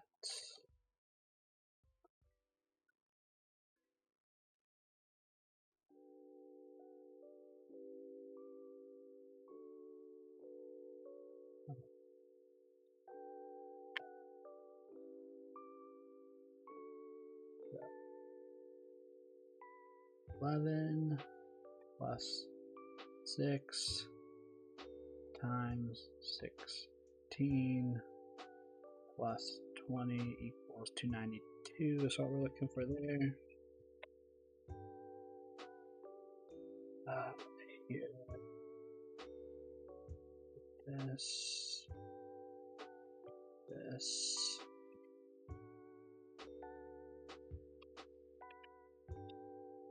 Okay, so it'll be 81 times 40 is 27.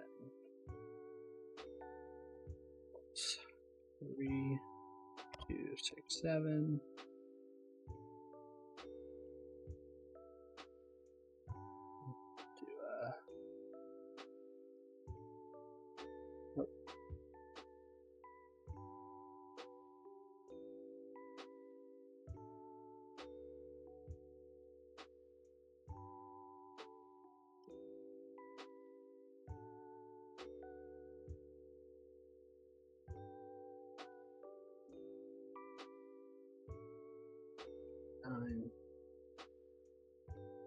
And this should be 190.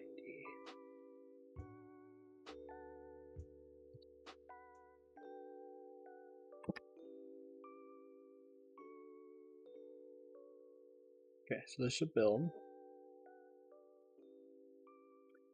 And if I did that loop right, oh, no.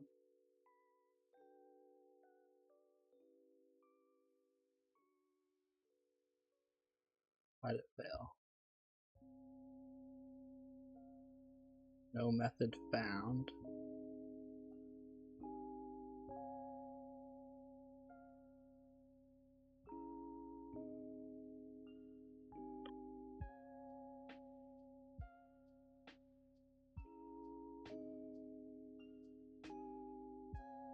There we go. Now build.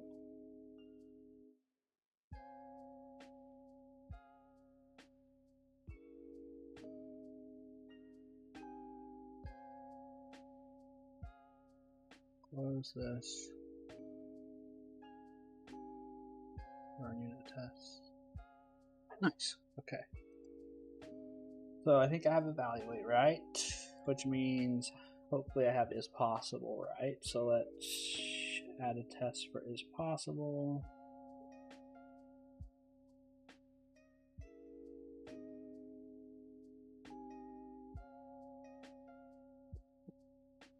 Test method source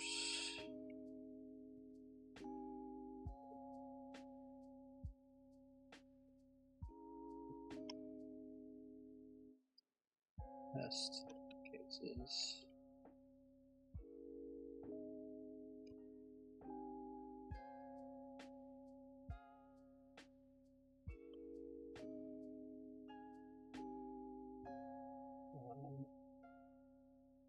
Is possible. When called, it should return expected value. This is going to be an is possible test case.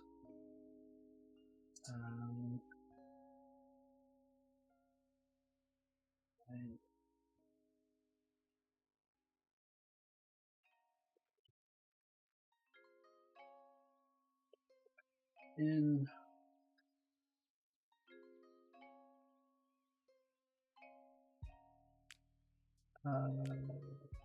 yes, need to create record. To be public. Public is test case.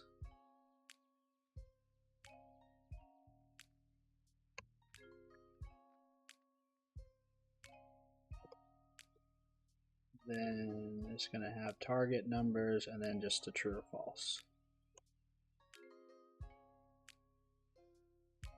actually means I can just have a public record of case. Well, I can just call it test case.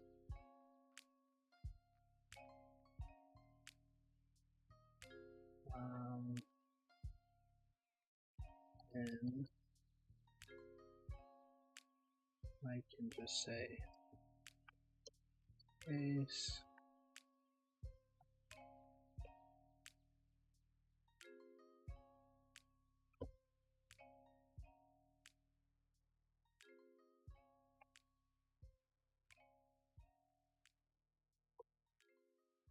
That doesn't add any value though, really, does it? Because I still have to declare a constructor. Yeah, that doesn't really add a whole lot of value.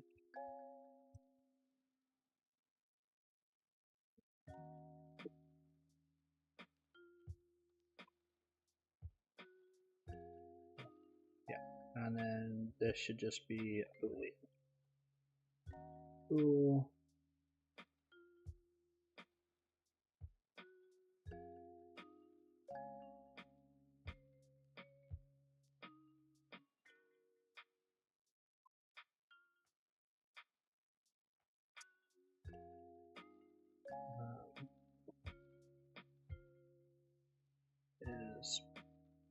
Is possible test cases. Is possible test case.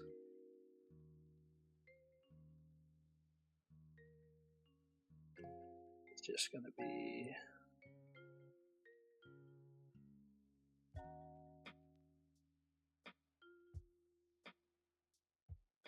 basically it's going to be all of these.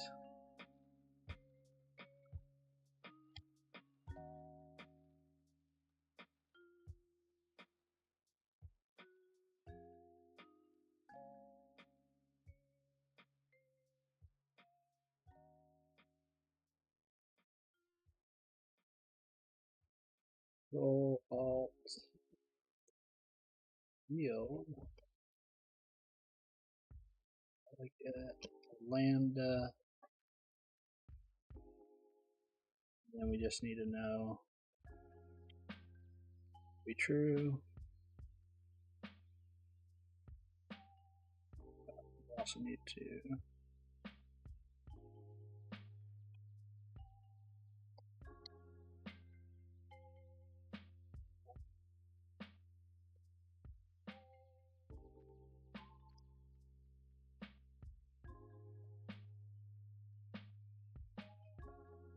getting uncomfortable.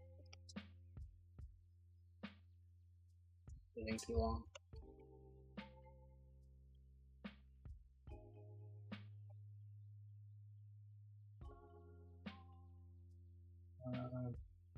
Then I just need to indicate which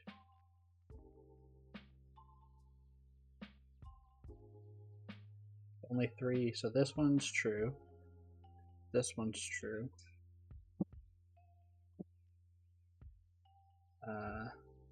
83. No, 292. So this is false.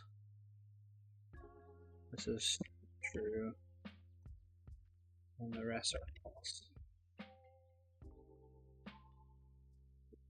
False.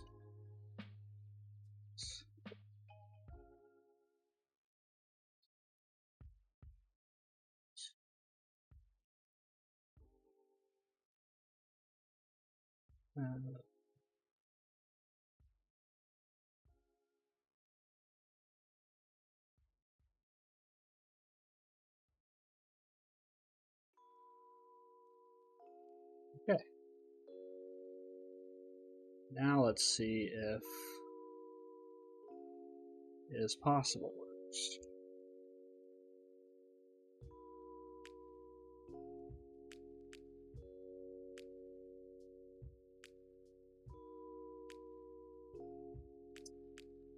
Yep, they all pass. Okay, so then all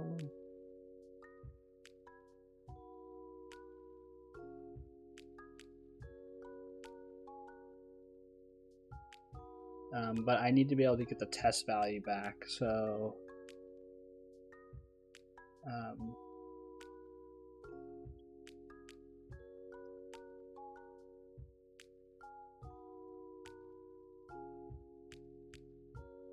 need where is possible.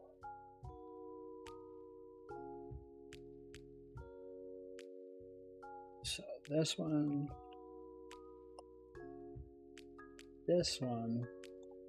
I actually want it to be a public int.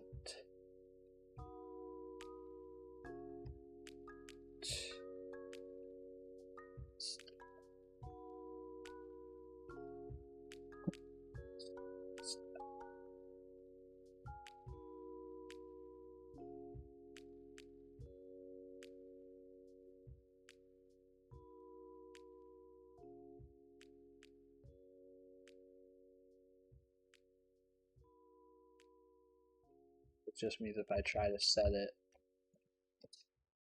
to 0, can't.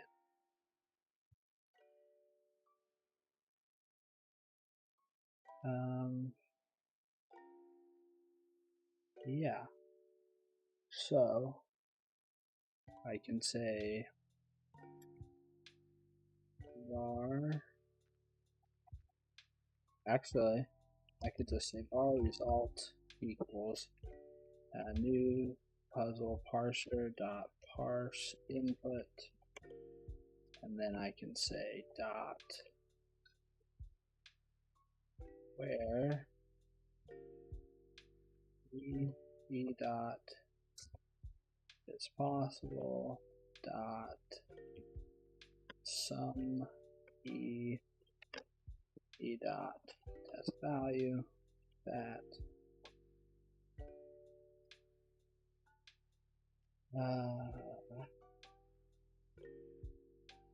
yeah, I just need to sum that up. So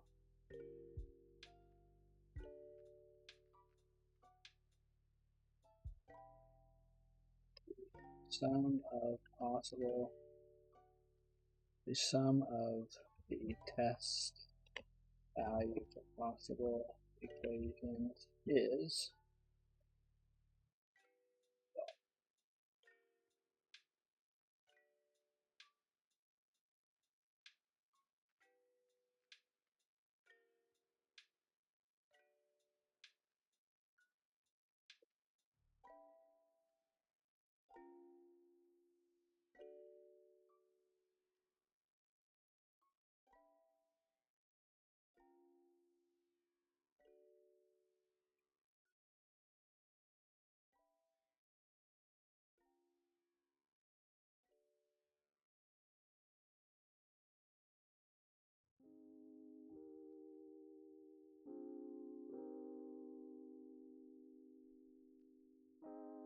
why not just take it all the way up, right?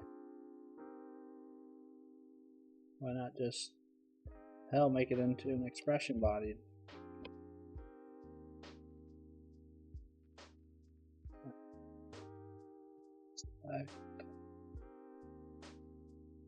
Any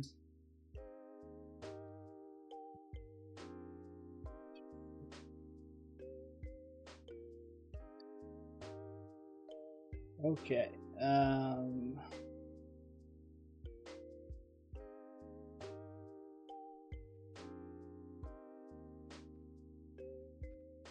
We already know the right answer we should get, so we could write it to this. That's test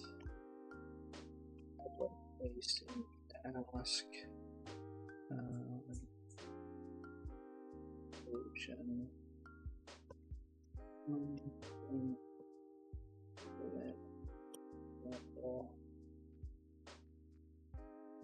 given example equations would return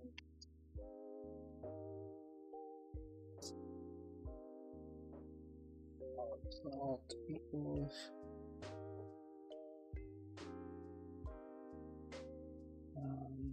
then we can pretty much just do this. and say equations where some assert dot that result is equal to, and then it's supposed to be equal to what? 3749. 2 hours and 7 minutes to solve part 1. I'm like, that, it takes me about 2 hours to do any of these puzzles.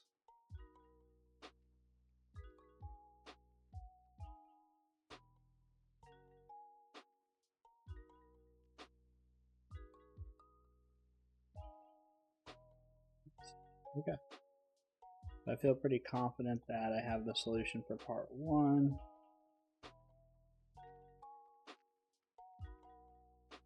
.NET run dash dash project 007 bridge repair 07 dash input.txt.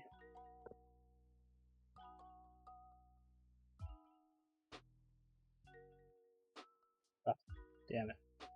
The numbers are so big that I need to be using longs everywhere. That's fine. Long.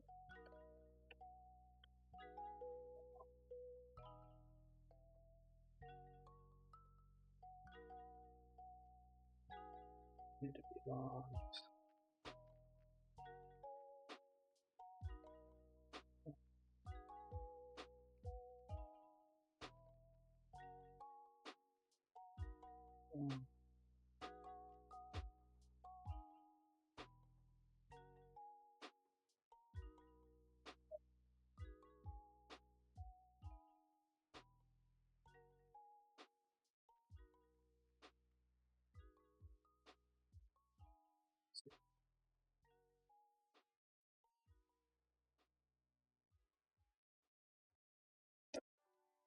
These need to be longs.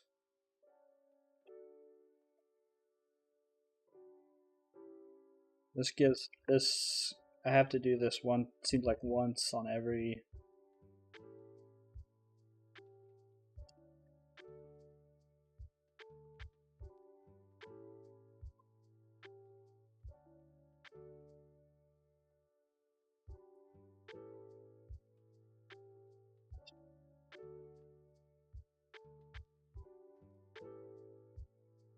nice, 93 milliseconds. Let's see if that was right.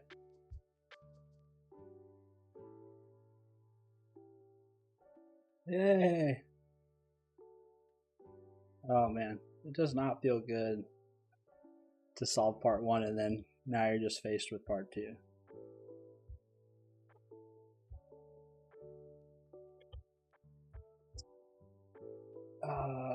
Okay, so let's get our problem here. Oh, actually,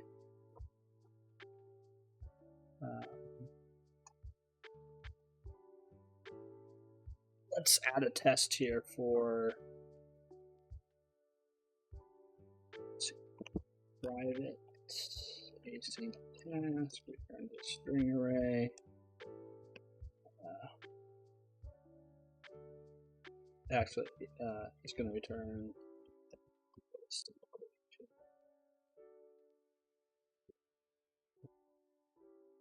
get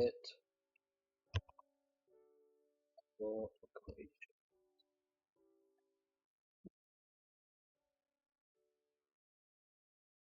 Oh, I'm actually going to put this in the parser.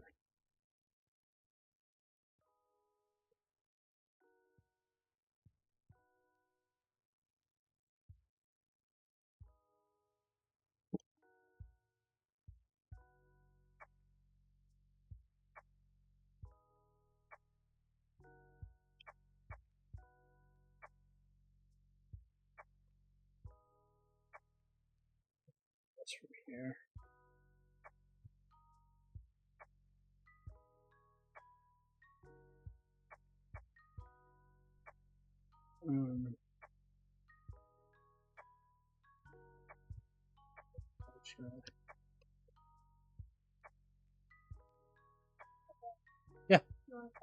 No, I'm just streaming. What's up? I was gonna ask Mom if you if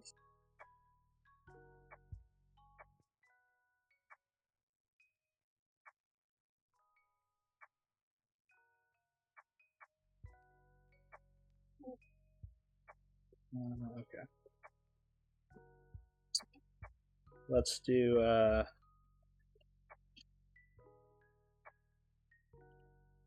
here's problem number 1. I'll give you a couple.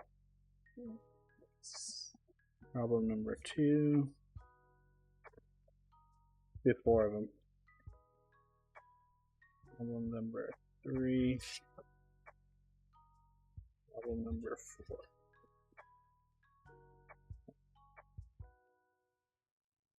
Then 6, 3, plus 3, 9.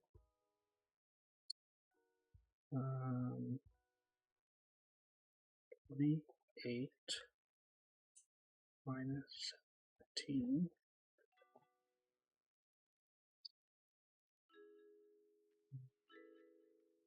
20 times 5.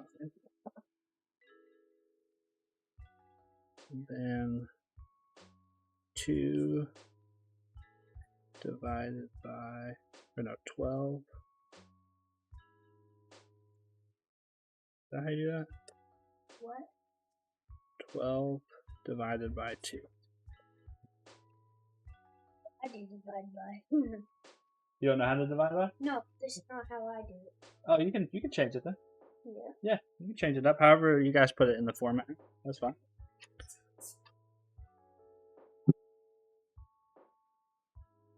Okay, so we're gonna say parser.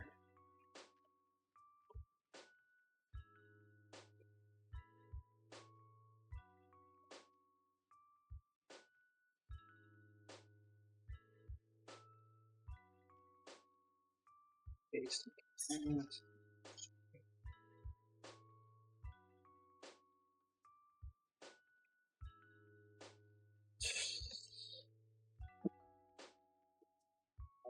Read all lines. Line. Context. Directory. TXT.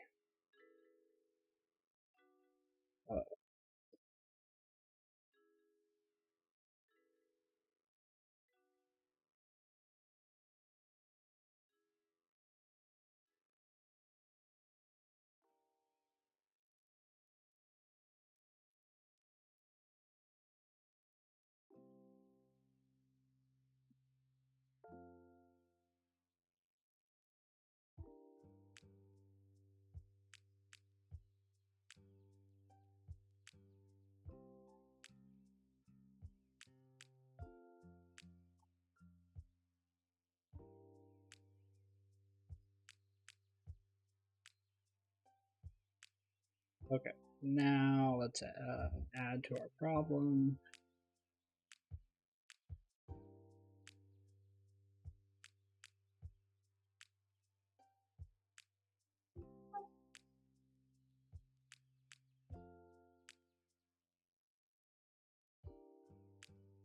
Copy.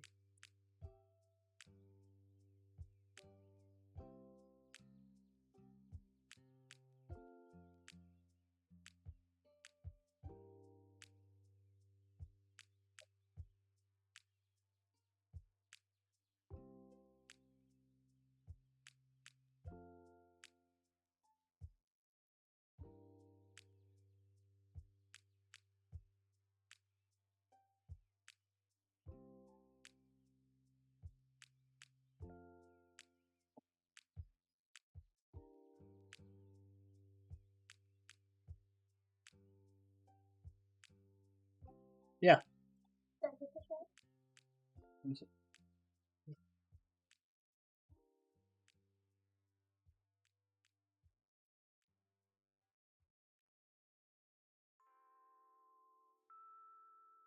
Only one I don't know about is this one. I'm gonna use the calculator. Yeah, that one I didn't know about either. I think you might be really close. Spot on. Yeah. 100. Good job, dude. Nailed them all.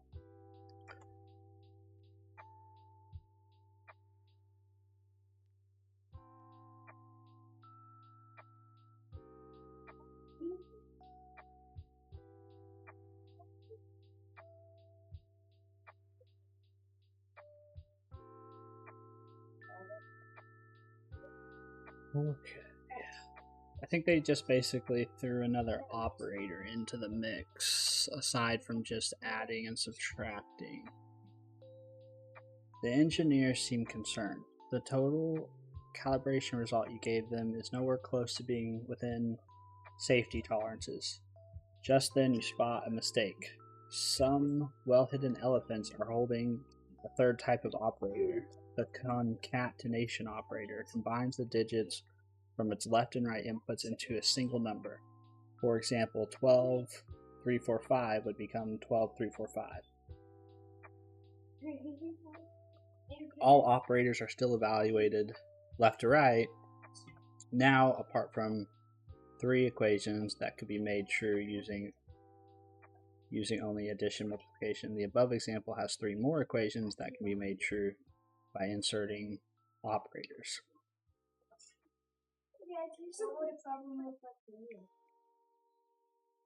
Adding up all 6 test values produces the total calibration result of 11,387. So basically I just need to take into account this new operator and produce combinations.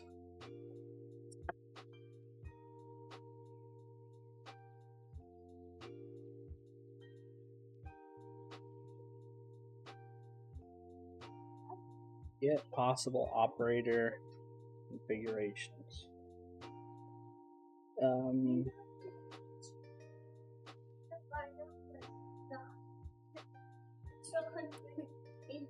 At least if it's plus like 100.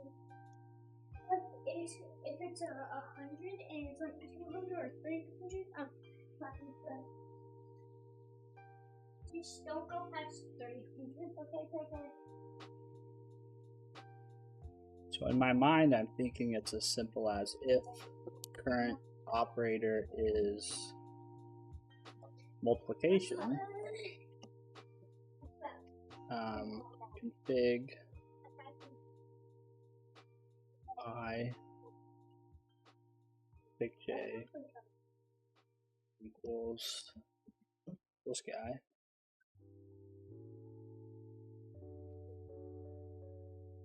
Ugh.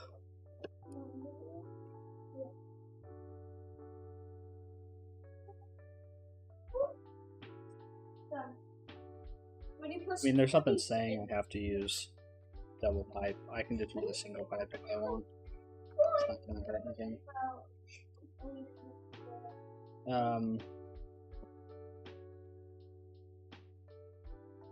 And then break. What's 80 plus... No, okay, what's 80 plus 20? Before we reset it. Plus 20. 80 plus 20 is 100. 80 plus 20 is 100. Oh, and then add 6 to 100.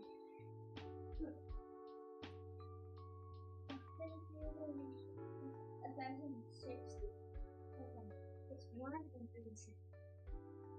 Question is, You didn't say minus. I don't want my existing tests to fail.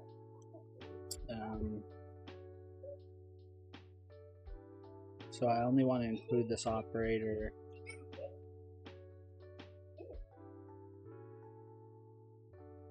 And 1, that equals 100. Or 800 plus 200.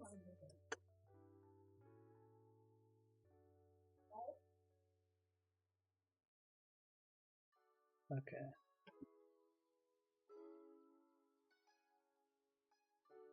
Break this. And let's say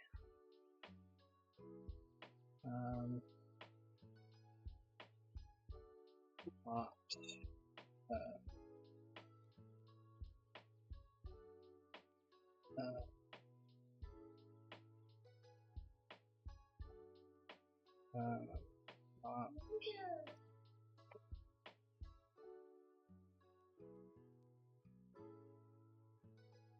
So default this to plus and multiplication.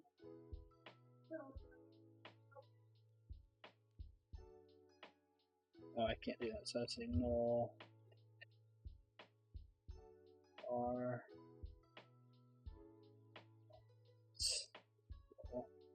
opt for new character array.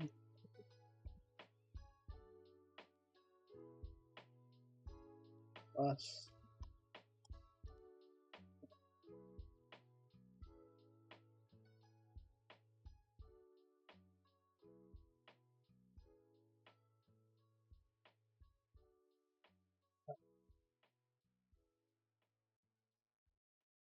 cloud.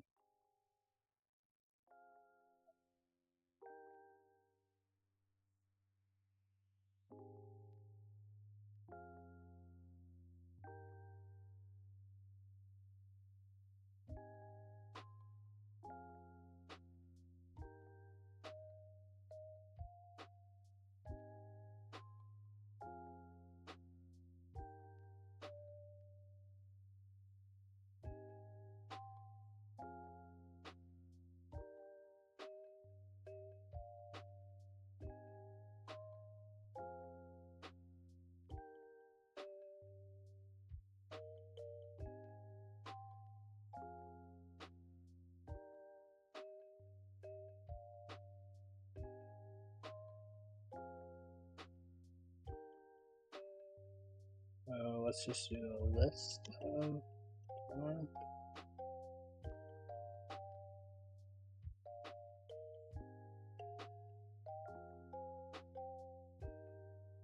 oh.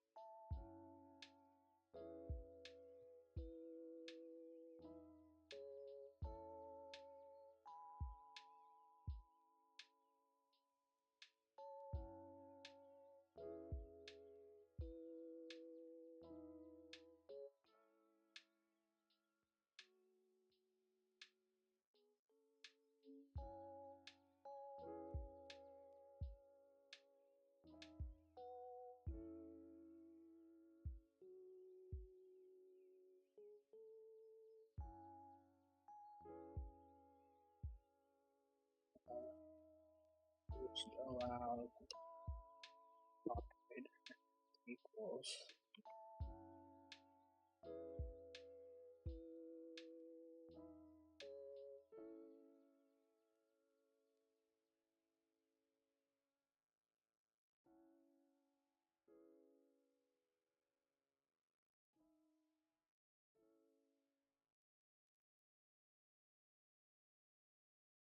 if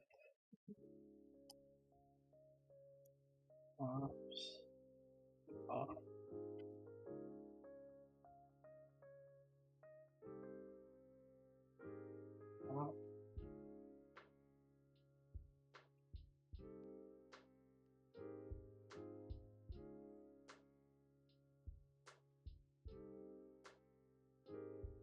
If op is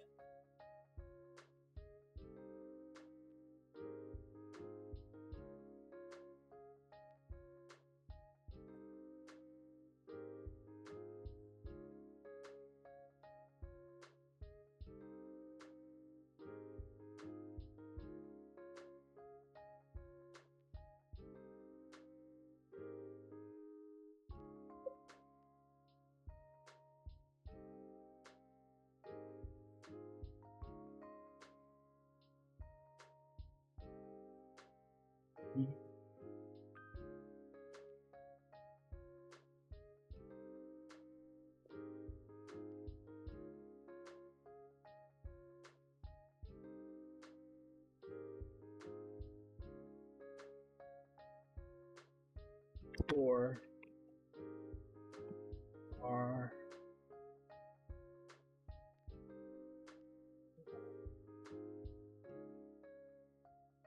A B C D E F G J A B C D E F G H I J K for bar I K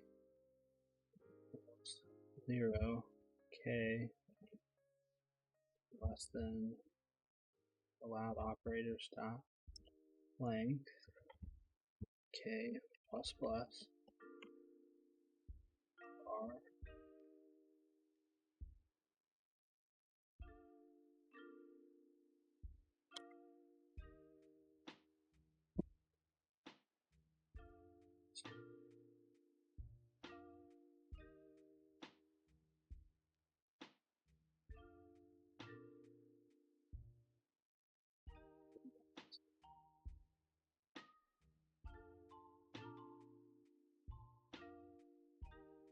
K plus.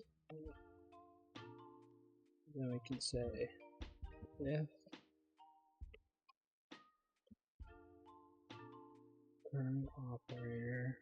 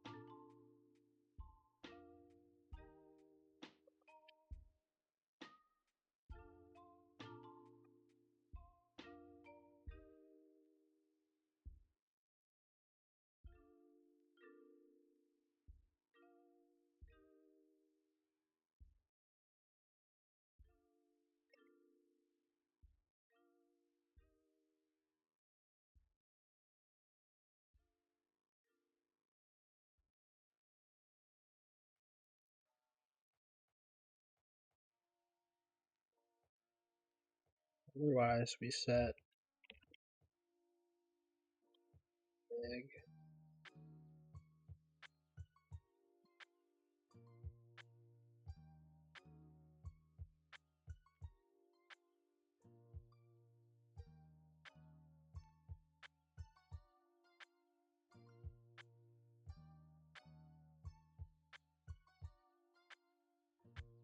big equal to operator.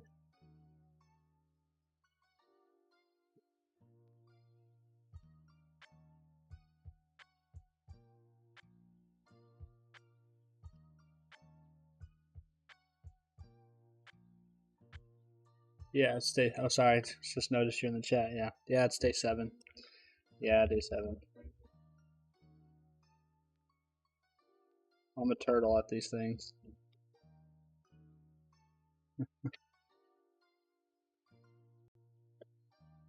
Guess I'm not logged into.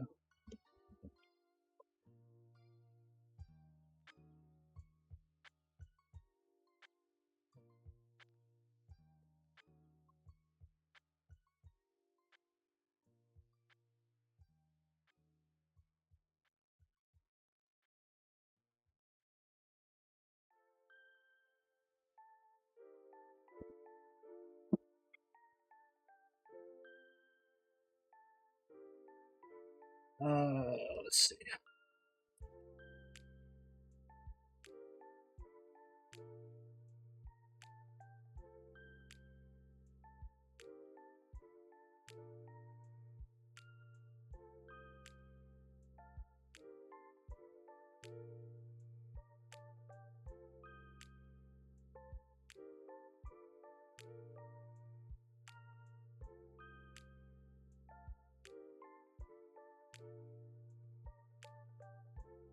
Yeah, day 7.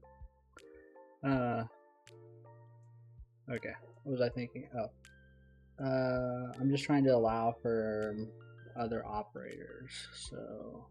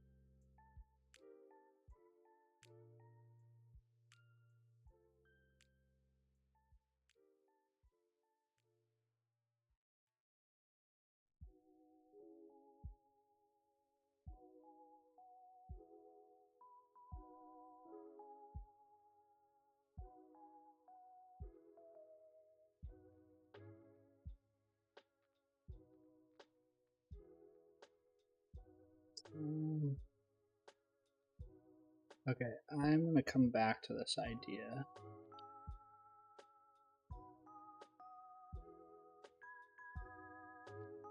I think what I'll do for now is part 2.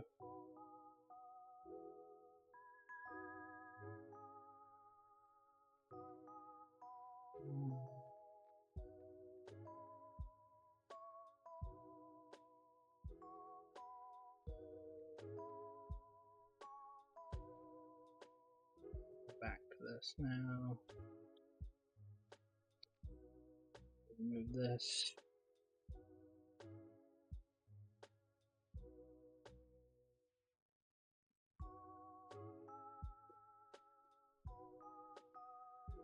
Two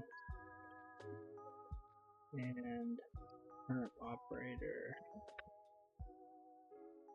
station.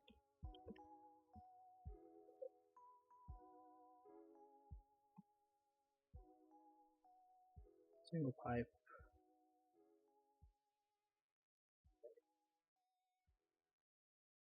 By default, this is just going to be false.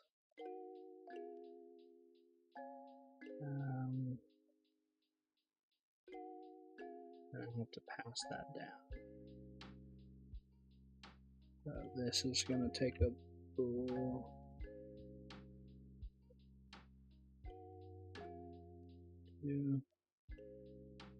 Just like that.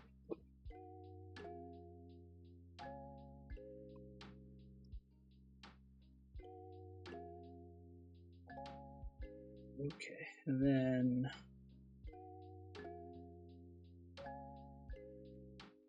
my test should all still pass at this point.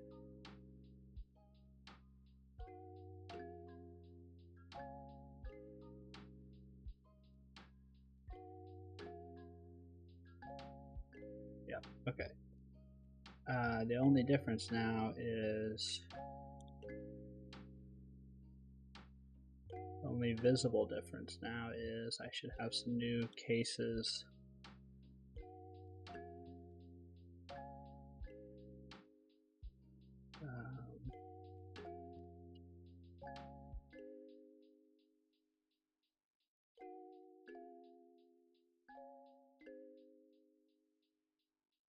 Public async task is possible and to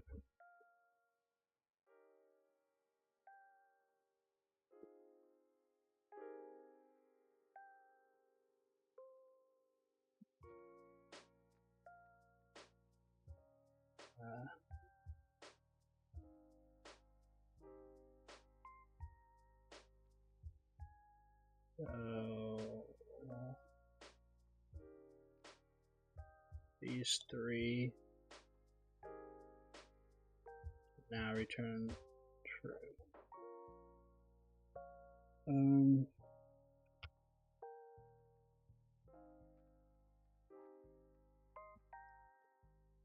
Result equals new equation 6 is possible.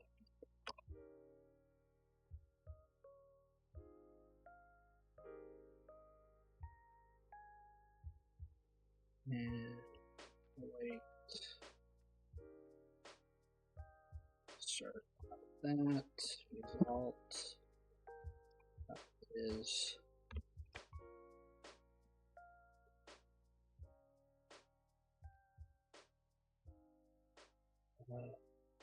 oh, and I need to actually deal with that new operator.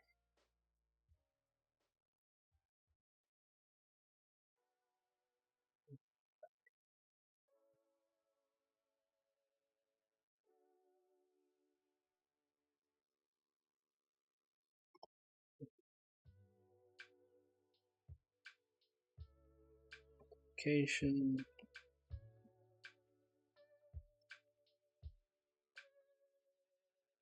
That menu. Otherwise, it's the concatenation operator, which is going to equal int dot or no, long dot parse result dot toString plus number.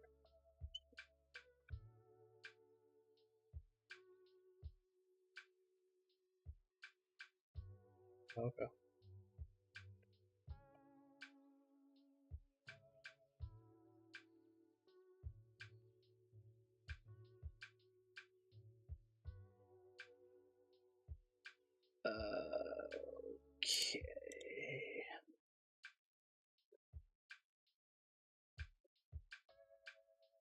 All right, let's see if I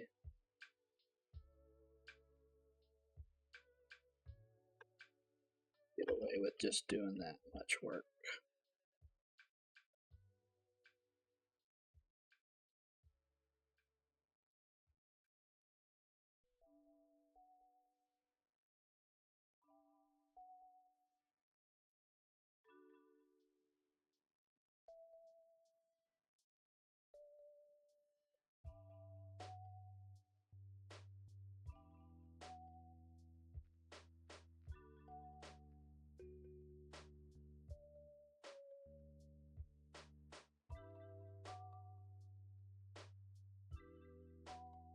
Well, the first thing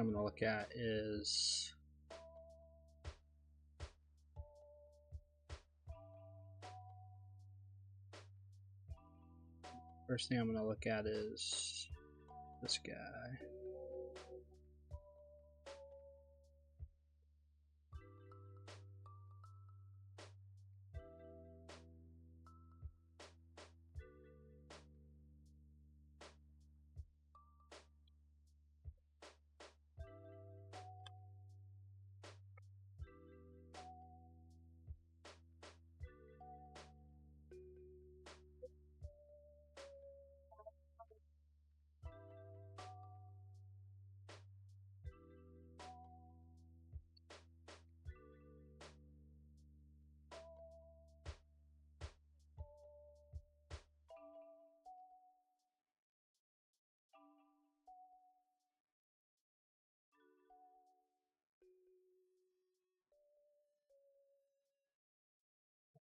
Let's see.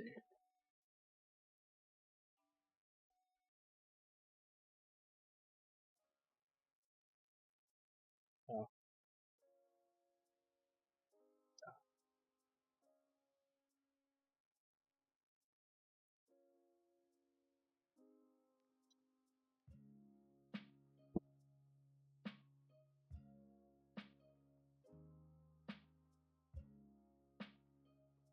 Yeah, that's my hope. I need to wrap up actually here in a little bit because I.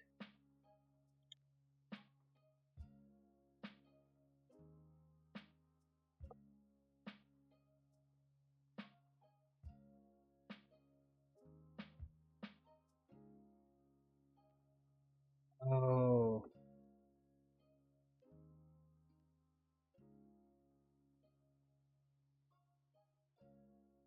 That's kind of why I need to derive.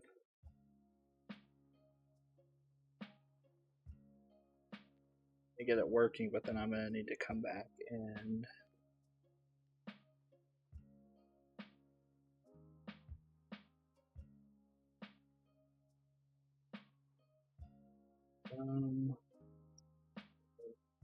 There's.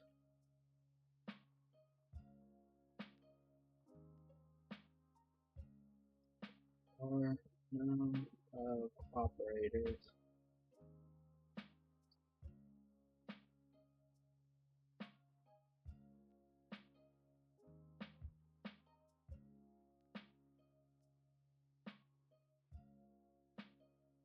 Two. 3.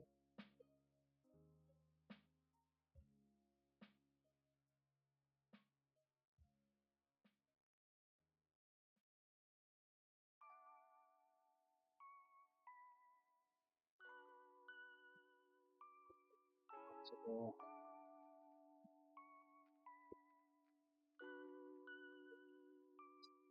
Operators.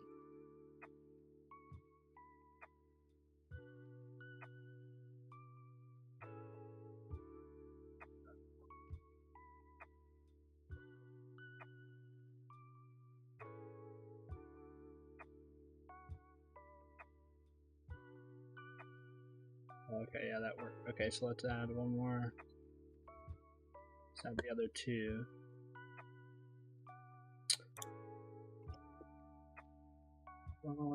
Result.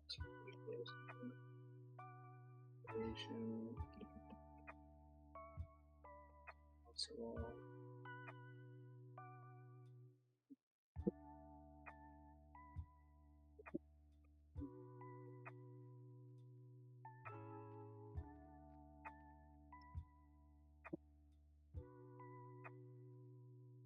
Result 1.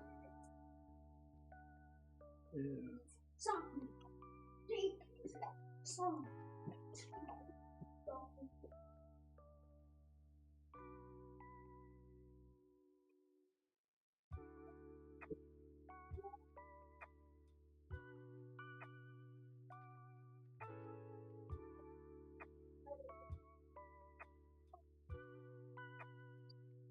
Zero. You just said I'm not a video game. 2. 17, 8, 14. 6, 8, 6. 15.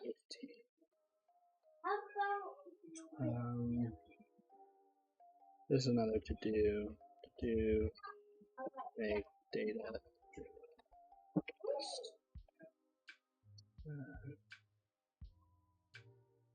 Let's run again.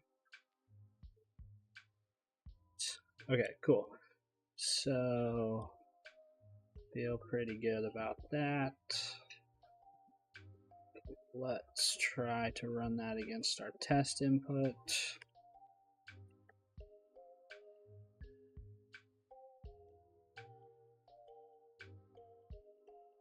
Two.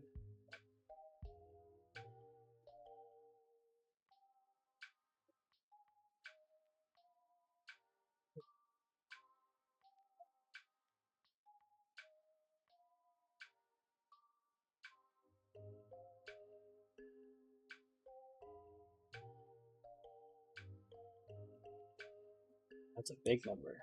A little slow, 6 seconds, but hey, there we go. All right, part 1 and part 2. Although I know there's some ergonomics here that I can make better. I don't like that I'm passing like this switch, this flag. I don't like that I'm doing like this magic, these magic numbers. I kind of want to be able to like, I kind of want to be able to have the equation, in addition to the test value and the numbers, I kind of want it to have a list of like maybe a default set of operators, and then optionally can take in a list of operators to use. So I'm going to come back to this and do this later because I need to get off. I've been on here almost 3 hours now. So I'm going to pull these out into separate classes.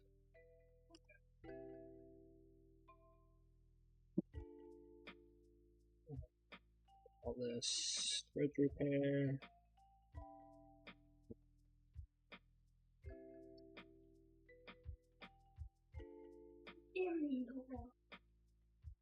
I'm going to pull this into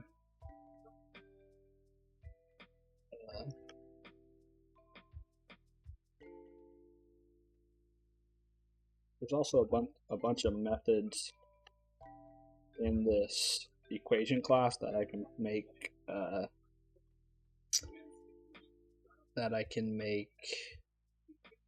private.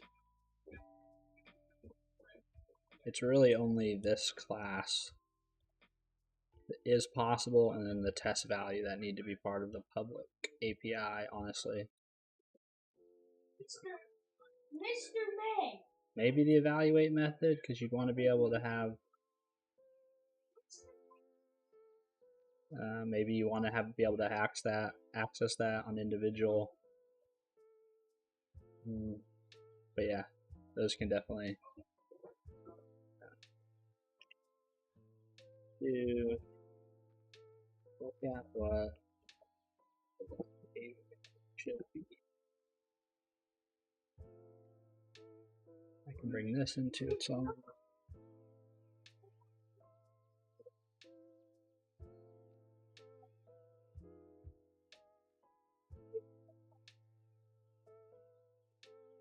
Space, namespace.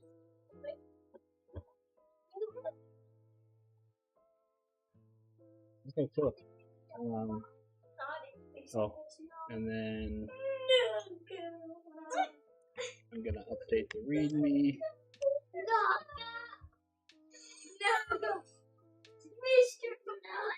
Mr.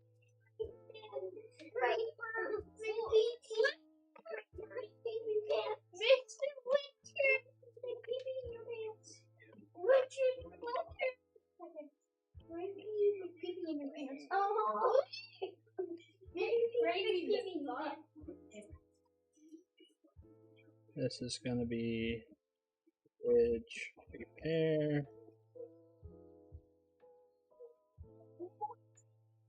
This is just gonna say. This is gonna say.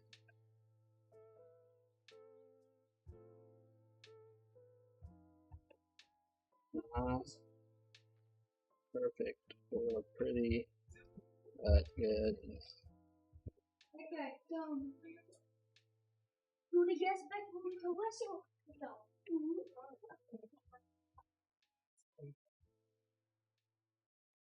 Format. Selection.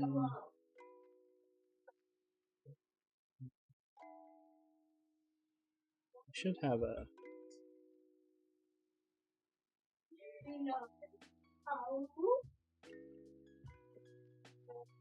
Selection.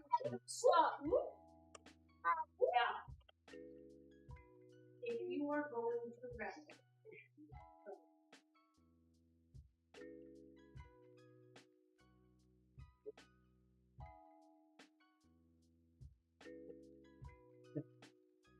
Down. We will. Okay.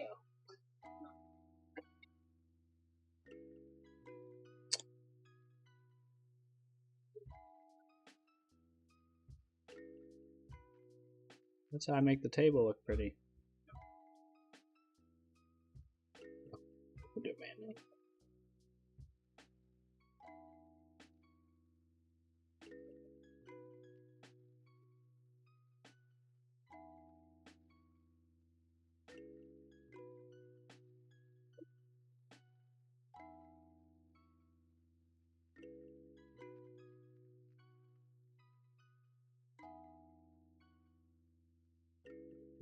Parentheses.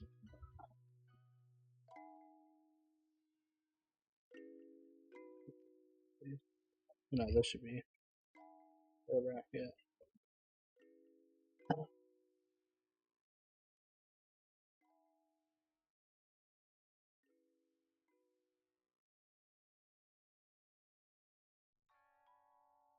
What the heck is happening? There we go. Okay. And we're going to check all that in. Feature. All day 7, part 1 and part 2. Oh. I did not add a... I didn't add a test for part 2.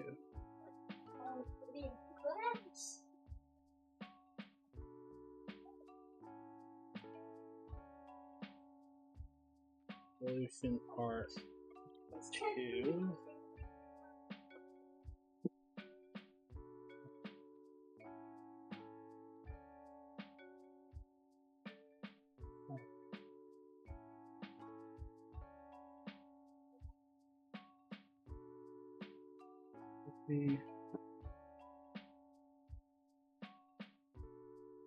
That.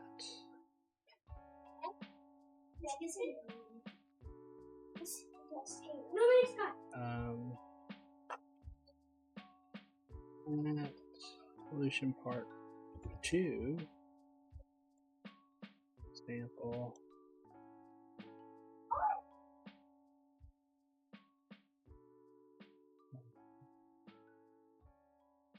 Okay, now let's rerun all my tests.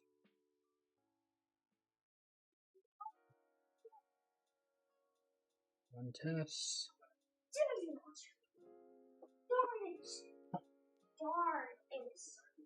Bosses.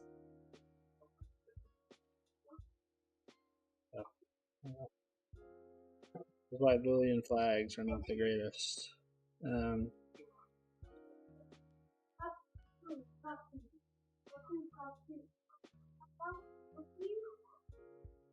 This guy's slow.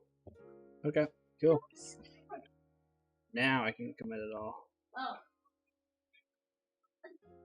Commit and commit push check failed. Commit anyway. That's a nice feature. It catches if you have to-dos in there like that.